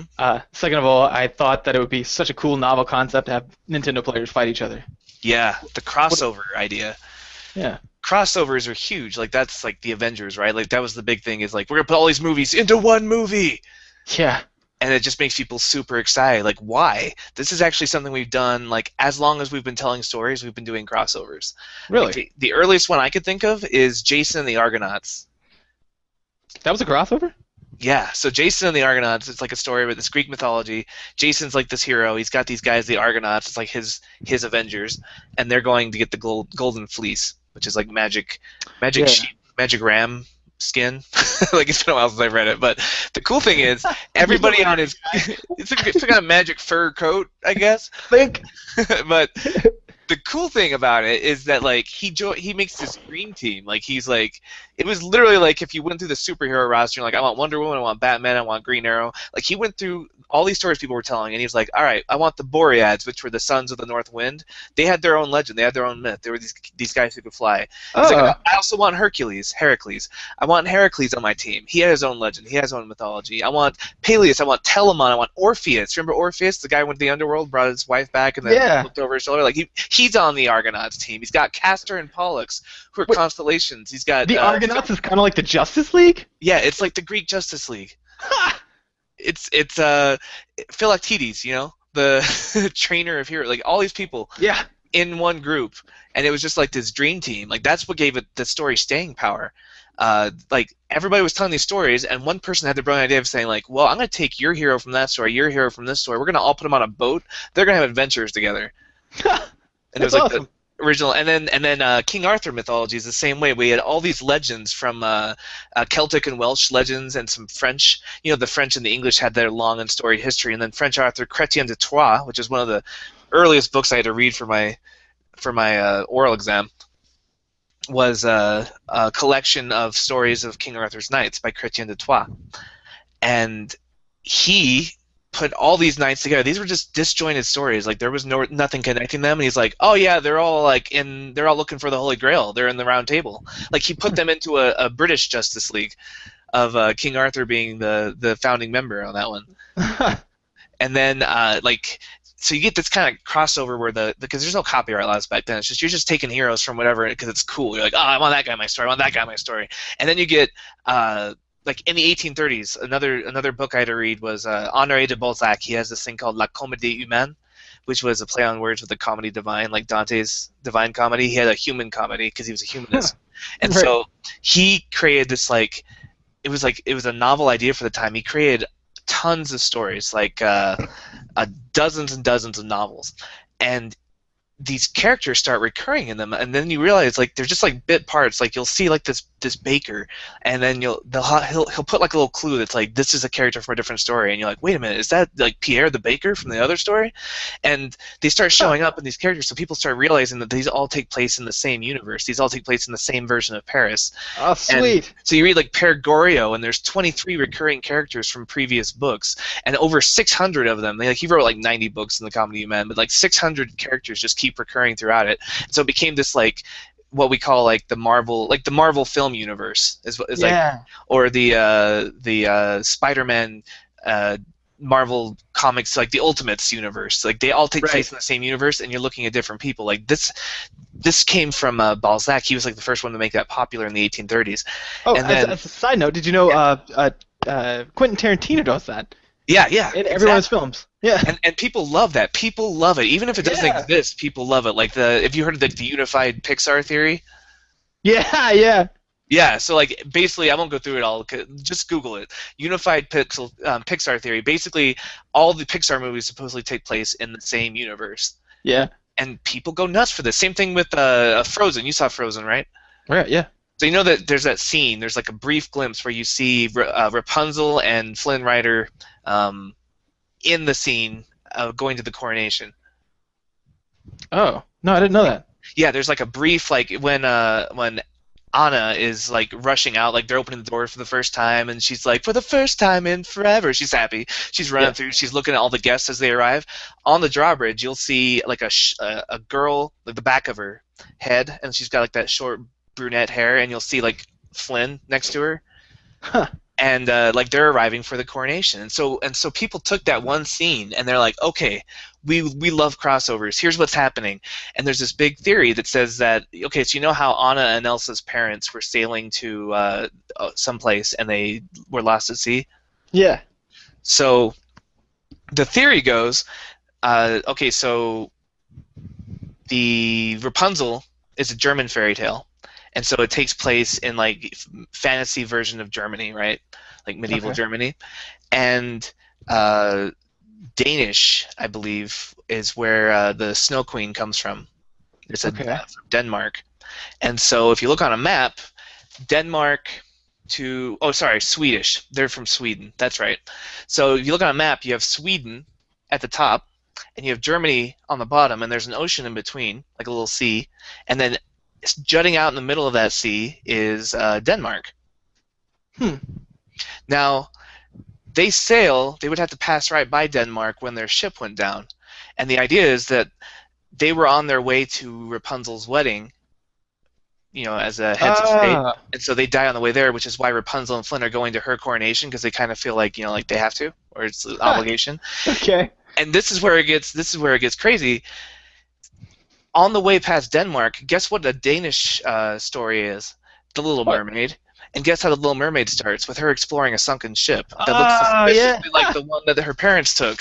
So the idea is that these all take place in the same universe in the same timeline, because like the Little Mermaid, if you look at the costuming, it takes place a little bit after, like maybe 20, 30, 40 years after Frozen, like late 19th century. Yeah. And so like these theorists come, and they come up with this idea that like Disney deliberately linked these three movies, even though the odds of that happening are really slim. But people love crossovers, so even if they're not there, they'll create them. Well, I should say something about psychology here. Is it's not just that people like crossovers. The way memory works is we like to put things down in one huge ball. I'll say it like a ball. Imagine you could take something sticky, like a little sticky rubber ball or something, and you can just start rolling things up, like the old Nintendo game called like Katamachi or something like that. Katamari But Dynasty. yeah, Katamari. Okay, Dynasty. Yeah, you just roll things on this thing, and this ball gets huge, right? Mhm. That's how we like to store memories. Because when we do a retrieval queue, what we do is we say like, "Oh, what was that thing? You remember? You remember that weekend where we did the thing?" And then I say something like, we painted our faces, and you, oh, and suddenly all that information comes, and Yeah. the surrounding information all comes up, right? But if I said, "Remember that event we did? It was a long time ago. We were walking outside and we tripped over the canoe." You're like, "Yeah." And then I go, "Did you know? Yeah, that was also in the same night where we painted our faces." And you're like, yeah, those are two retrievals, right? Mhm. Retrieval is the hard part. But when we pull it up, if we stick it to other things, we call it stickiness. But if Mhm. you stick it to other things, then we pull them all up at once, and it's only one retrieval. So it's better for us to put things together. So, for example, like when you take a test, if I said like, "Hey, tell me about," like if I'm studying, I don't study like 18th century, or well, mine would be something like, I don't study like, okay, this is Aronson's model for the social animal, and this here is Mills's model for, like something that would be subsumed under that. Um, Cognitive misers, right? Mhm. Like I wouldn't do that. Instead, I put them all together. I imagine it in like a hierarchy or a structure. This is why outlines are so like such a big deal, and why Mhm. PowerPoints are a bad idea because it's a lot of small chunks of information. But if you give them an ordering hierarchy or something to put them in, a structure, then we love that because we can retrieve it all at once. So Right. that's why people like to do that. They put together all. We love it because it saves us time and effort. So we tie things together, and hence why I think conspiracy theories are such a big deal. People want to tie that all together. We just have this innate tendency to try to shove everything into one ball, so we have to retrieve once. Right. Not explicitly, but that saves our brain resources. And that's also why we like these crossovers so much because we're Cross putting it all these exactly. stories into one thing. It's like, oh, we've got the Bruce Banner story, we got the Tony Stark story, now we have the Avengers story. It's all connected. And same Yeah, thing with Rapunzel and Frozen, and the same thing with the Argonauts. And Sherlock Holmes was the same thing. Like after Sir Arthur Conan Doyle, who was kind of a badass in his own right, was finished writing Sherlock Holmes novels, people just started using that character and having him show up in their books. Like he'd just pop up like in a French book and be like, "Ah oui, Sherlock Holmes est là," and he'd be like, "Yes," and he'd have a little cameo because people love that stuff. And yeah, then like the most recent one I could think of was the League of Extraordinary Gentlemen, where it's like the Invisible Man and all these yeah. different like characters, Jekyll and Hyde.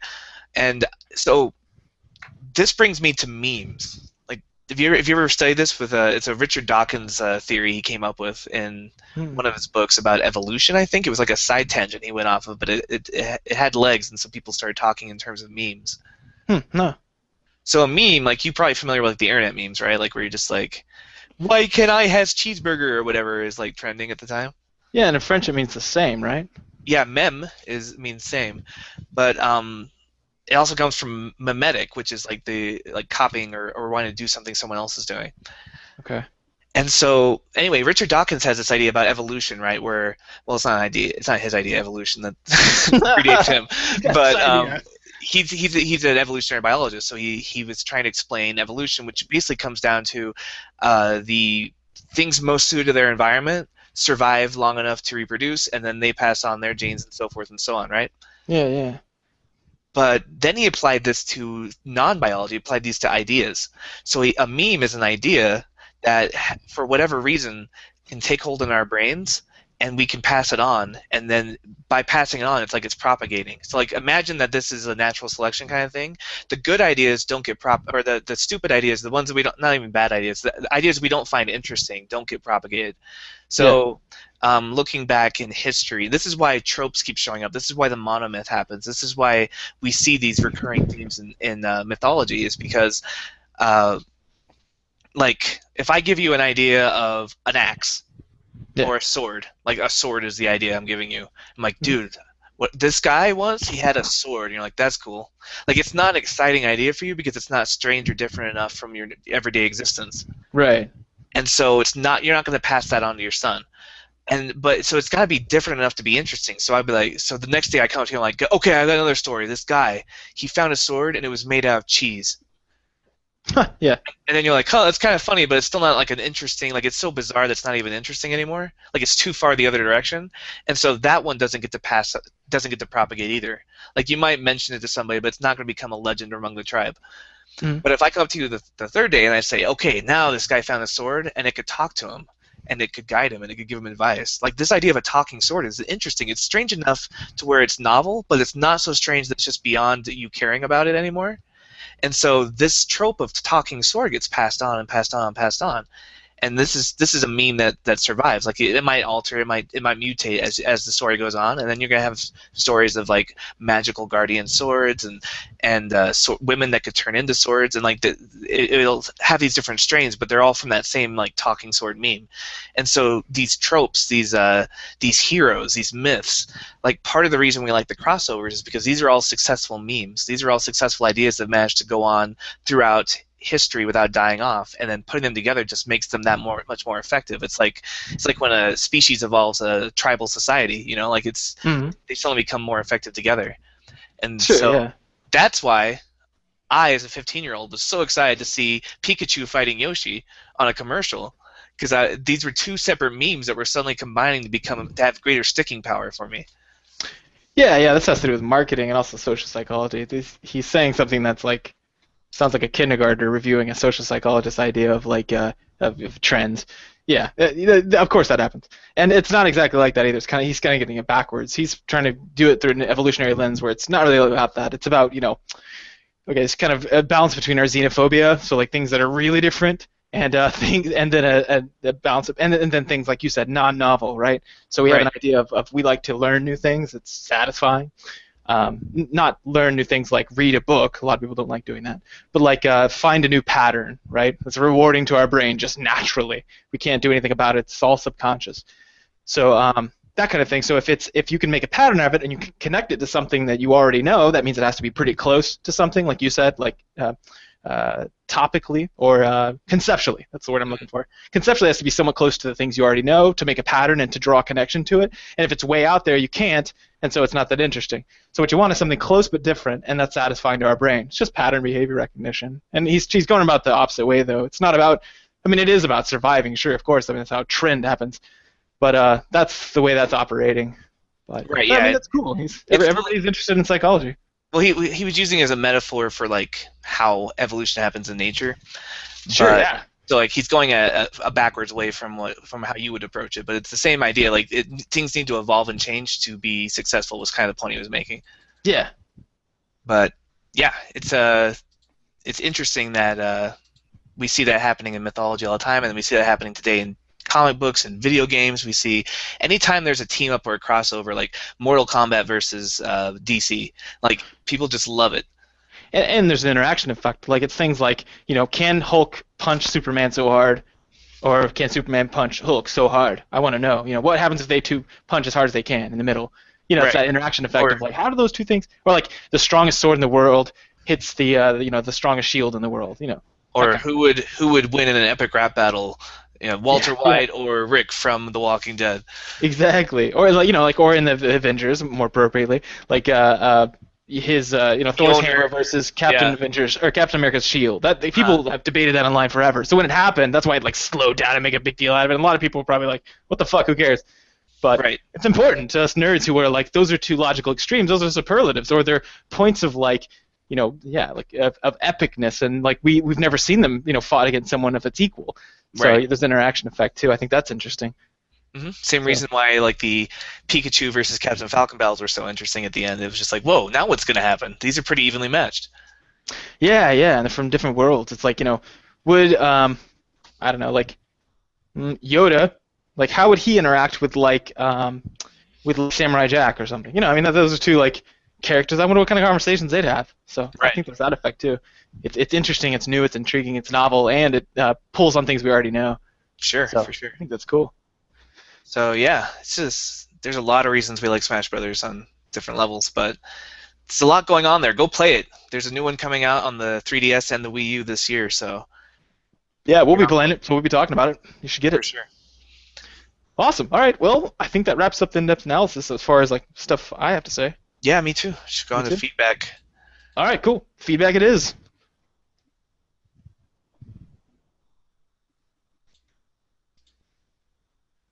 This is the motherfucking feedback section.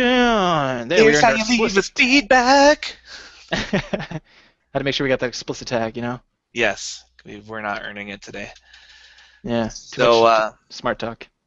no new iTunes reviews. Oh, okay. Dang. So, sad face. But we did get an email. Yep. No, not the one you're laughing about. We won't read that one. Uh, okay. We got another. We actually got a long email from Garth, and he says, "Hey fellas, first and foremost, I wanted to say that I look forward to the podcast once a week on my long commute, and it feels like I'm listening to two of my actual friends have a conversation. So thank you for doing what you do." See, Jeremiah, these are the people I'm talking about who they see a 3-hour episode and they're like, "Good, that's like one long commute for me." That's awesome. That's good. So great. He says, I don't have Facebook, Twitter, or more of the fancy social networking sites for various reasons. I grew up in Boy Scouts, with Mormon friends who were all geeks, and we all made Eagle Scout. Sounds like he's describing my life now. So listening to you guys recall some of those days always draws me back into some childhood memories. There's a sub-geek culture within that culture. I'm now a 31-year-old man with a wife and 3 kids, so All it's right. nice to hear a more mature gaming representation of who I feel I'm a part of. It's also good to know that games, gamers, and the craft of a good game is maturing with us.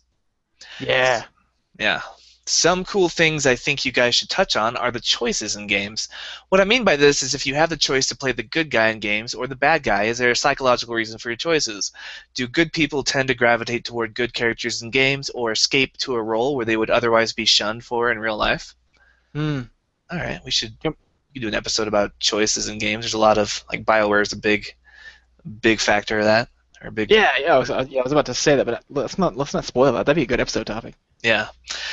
He says, like Fallout 3 and taking a good or bad path, or Right. GTA games and randomly running over pedestrians, which I personally can't do. I try to avoid them at all costs because I feel bad when I murder some NPC. Yeah.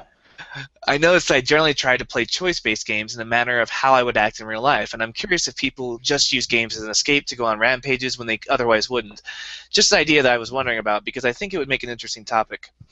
I Hmm. want to start a new trend on the podcast if you guys will let me, as I think the core group of listeners are pretty much on the same page as far as being mature gamers with jobs, families, careers, responsibilities. I want to start doing a weekly shout out where we drop our PSN, Steam, or Xbox handles and you guys read them out so the other members can add each other as friends. So Oh, we sweet. to play online and when we do have time to game. With 3 kids and tons of things going on, the last thing I like is getting online and dealing with the Xbox Live kids. You all know what I mean. Yeah. That's an awesome idea, actually. Yeah, that's incredible. Yeah, definitely. Yeah, Let's we need do to make that. that a segment of our feedback episode. He's going to start us off. He says, "Anyway, my PlayStation and Steam account name is X Gunslinger 1983X. All one Okay. word, capital X, the word gunslinger, like the class of scoundrel on SWOTOR. Mhm. X Gunslinger 1983, which is a great year to be born, and then lowercase x, all one word. Awesome. Cool. I'll add you. Cool. Yeah. That sounds So great. go ahead. I chat with people quite a bit. Not quite a bit. It's usually just a few people that I have on my Steam account from I think I added them from listeners, and it's usually a good conversation. They'll be playing some new game. I'm like, what are your thoughts on that game? Or what do you want to play that game or whatever? If I have it too, but Yeah, I love it. I love to get people's feedback on games that I'm on the fence about buying. Yeah. Yeah. So he Awesome. says, thanks again for all the time and effort that you guys put into the podcast. It truly is one of the highlights of my week. Garth. Oh man, thanks. Thanks for saying that too, because we do put time and effort into this, and you don't really see that behind the scenes until you do this. Like I had never done a podcast before. Yeah. So me and David were like, we talk like this anyway. This will be easy. Yeah, and sometimes it feels like you're just putting it out into the void, so it's nice to know that people are like they're hearing it and they're appreciating it because, sometimes you're just Exactly. looking and you're like, should we just keep doing this? Is this something that's worth our time?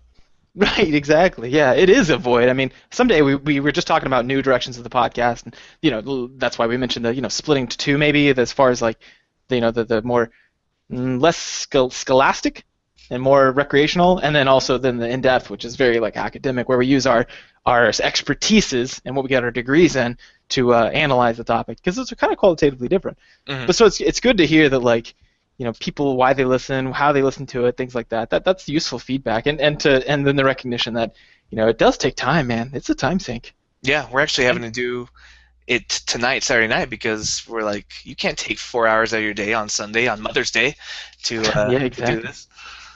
Yeah, yeah. But Thanks, man. And what a great idea for that trend. Definitely, let's do that. By the way, if you Yes. guys don't know me, I'm man, what is mine? I think mine's solo.prime on Steam. Solo's capital. Prime was just a clan tag I used in StarCraft because that's awesome.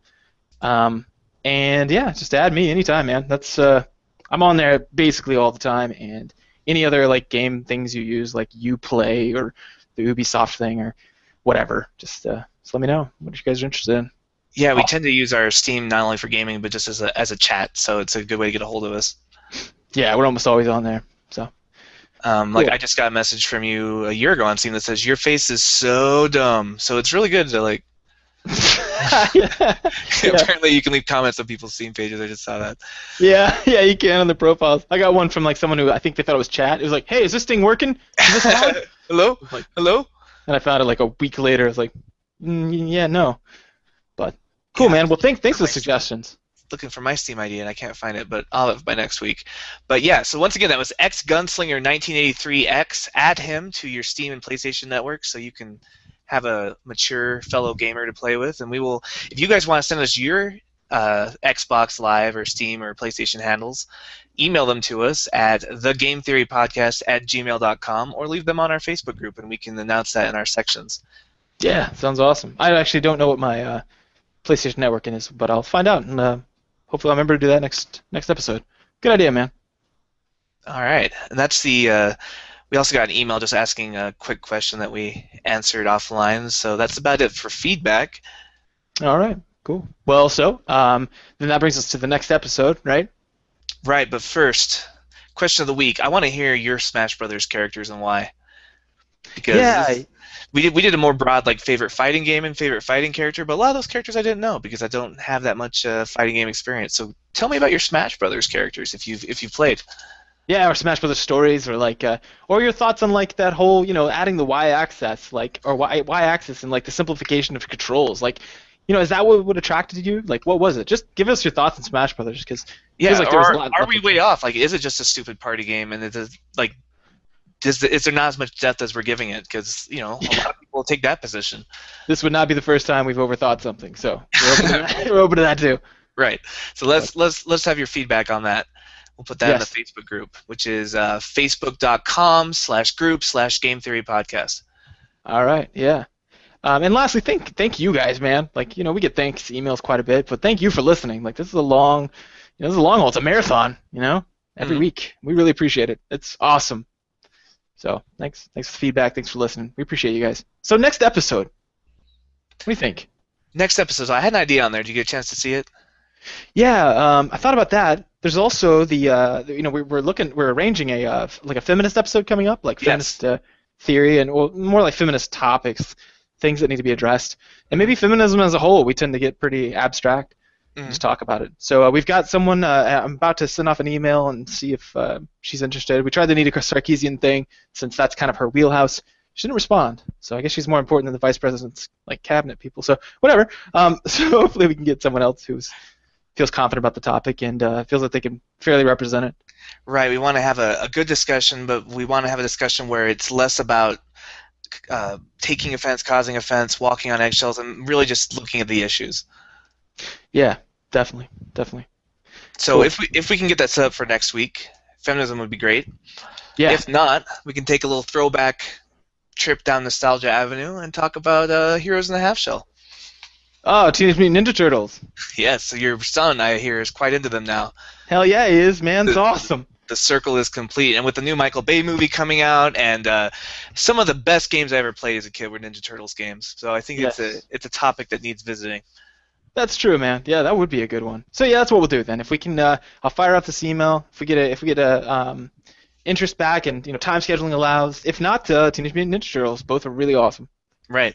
So I could not imagine two more disparate topics, but you'll get one or the other next week. All right, cool, awesome. Well, great. Thanks for having us, or having us on. Wow, thanks for listening to us for another week. I am Jeremiah, Thanks for having us in your ear holes. I'm David.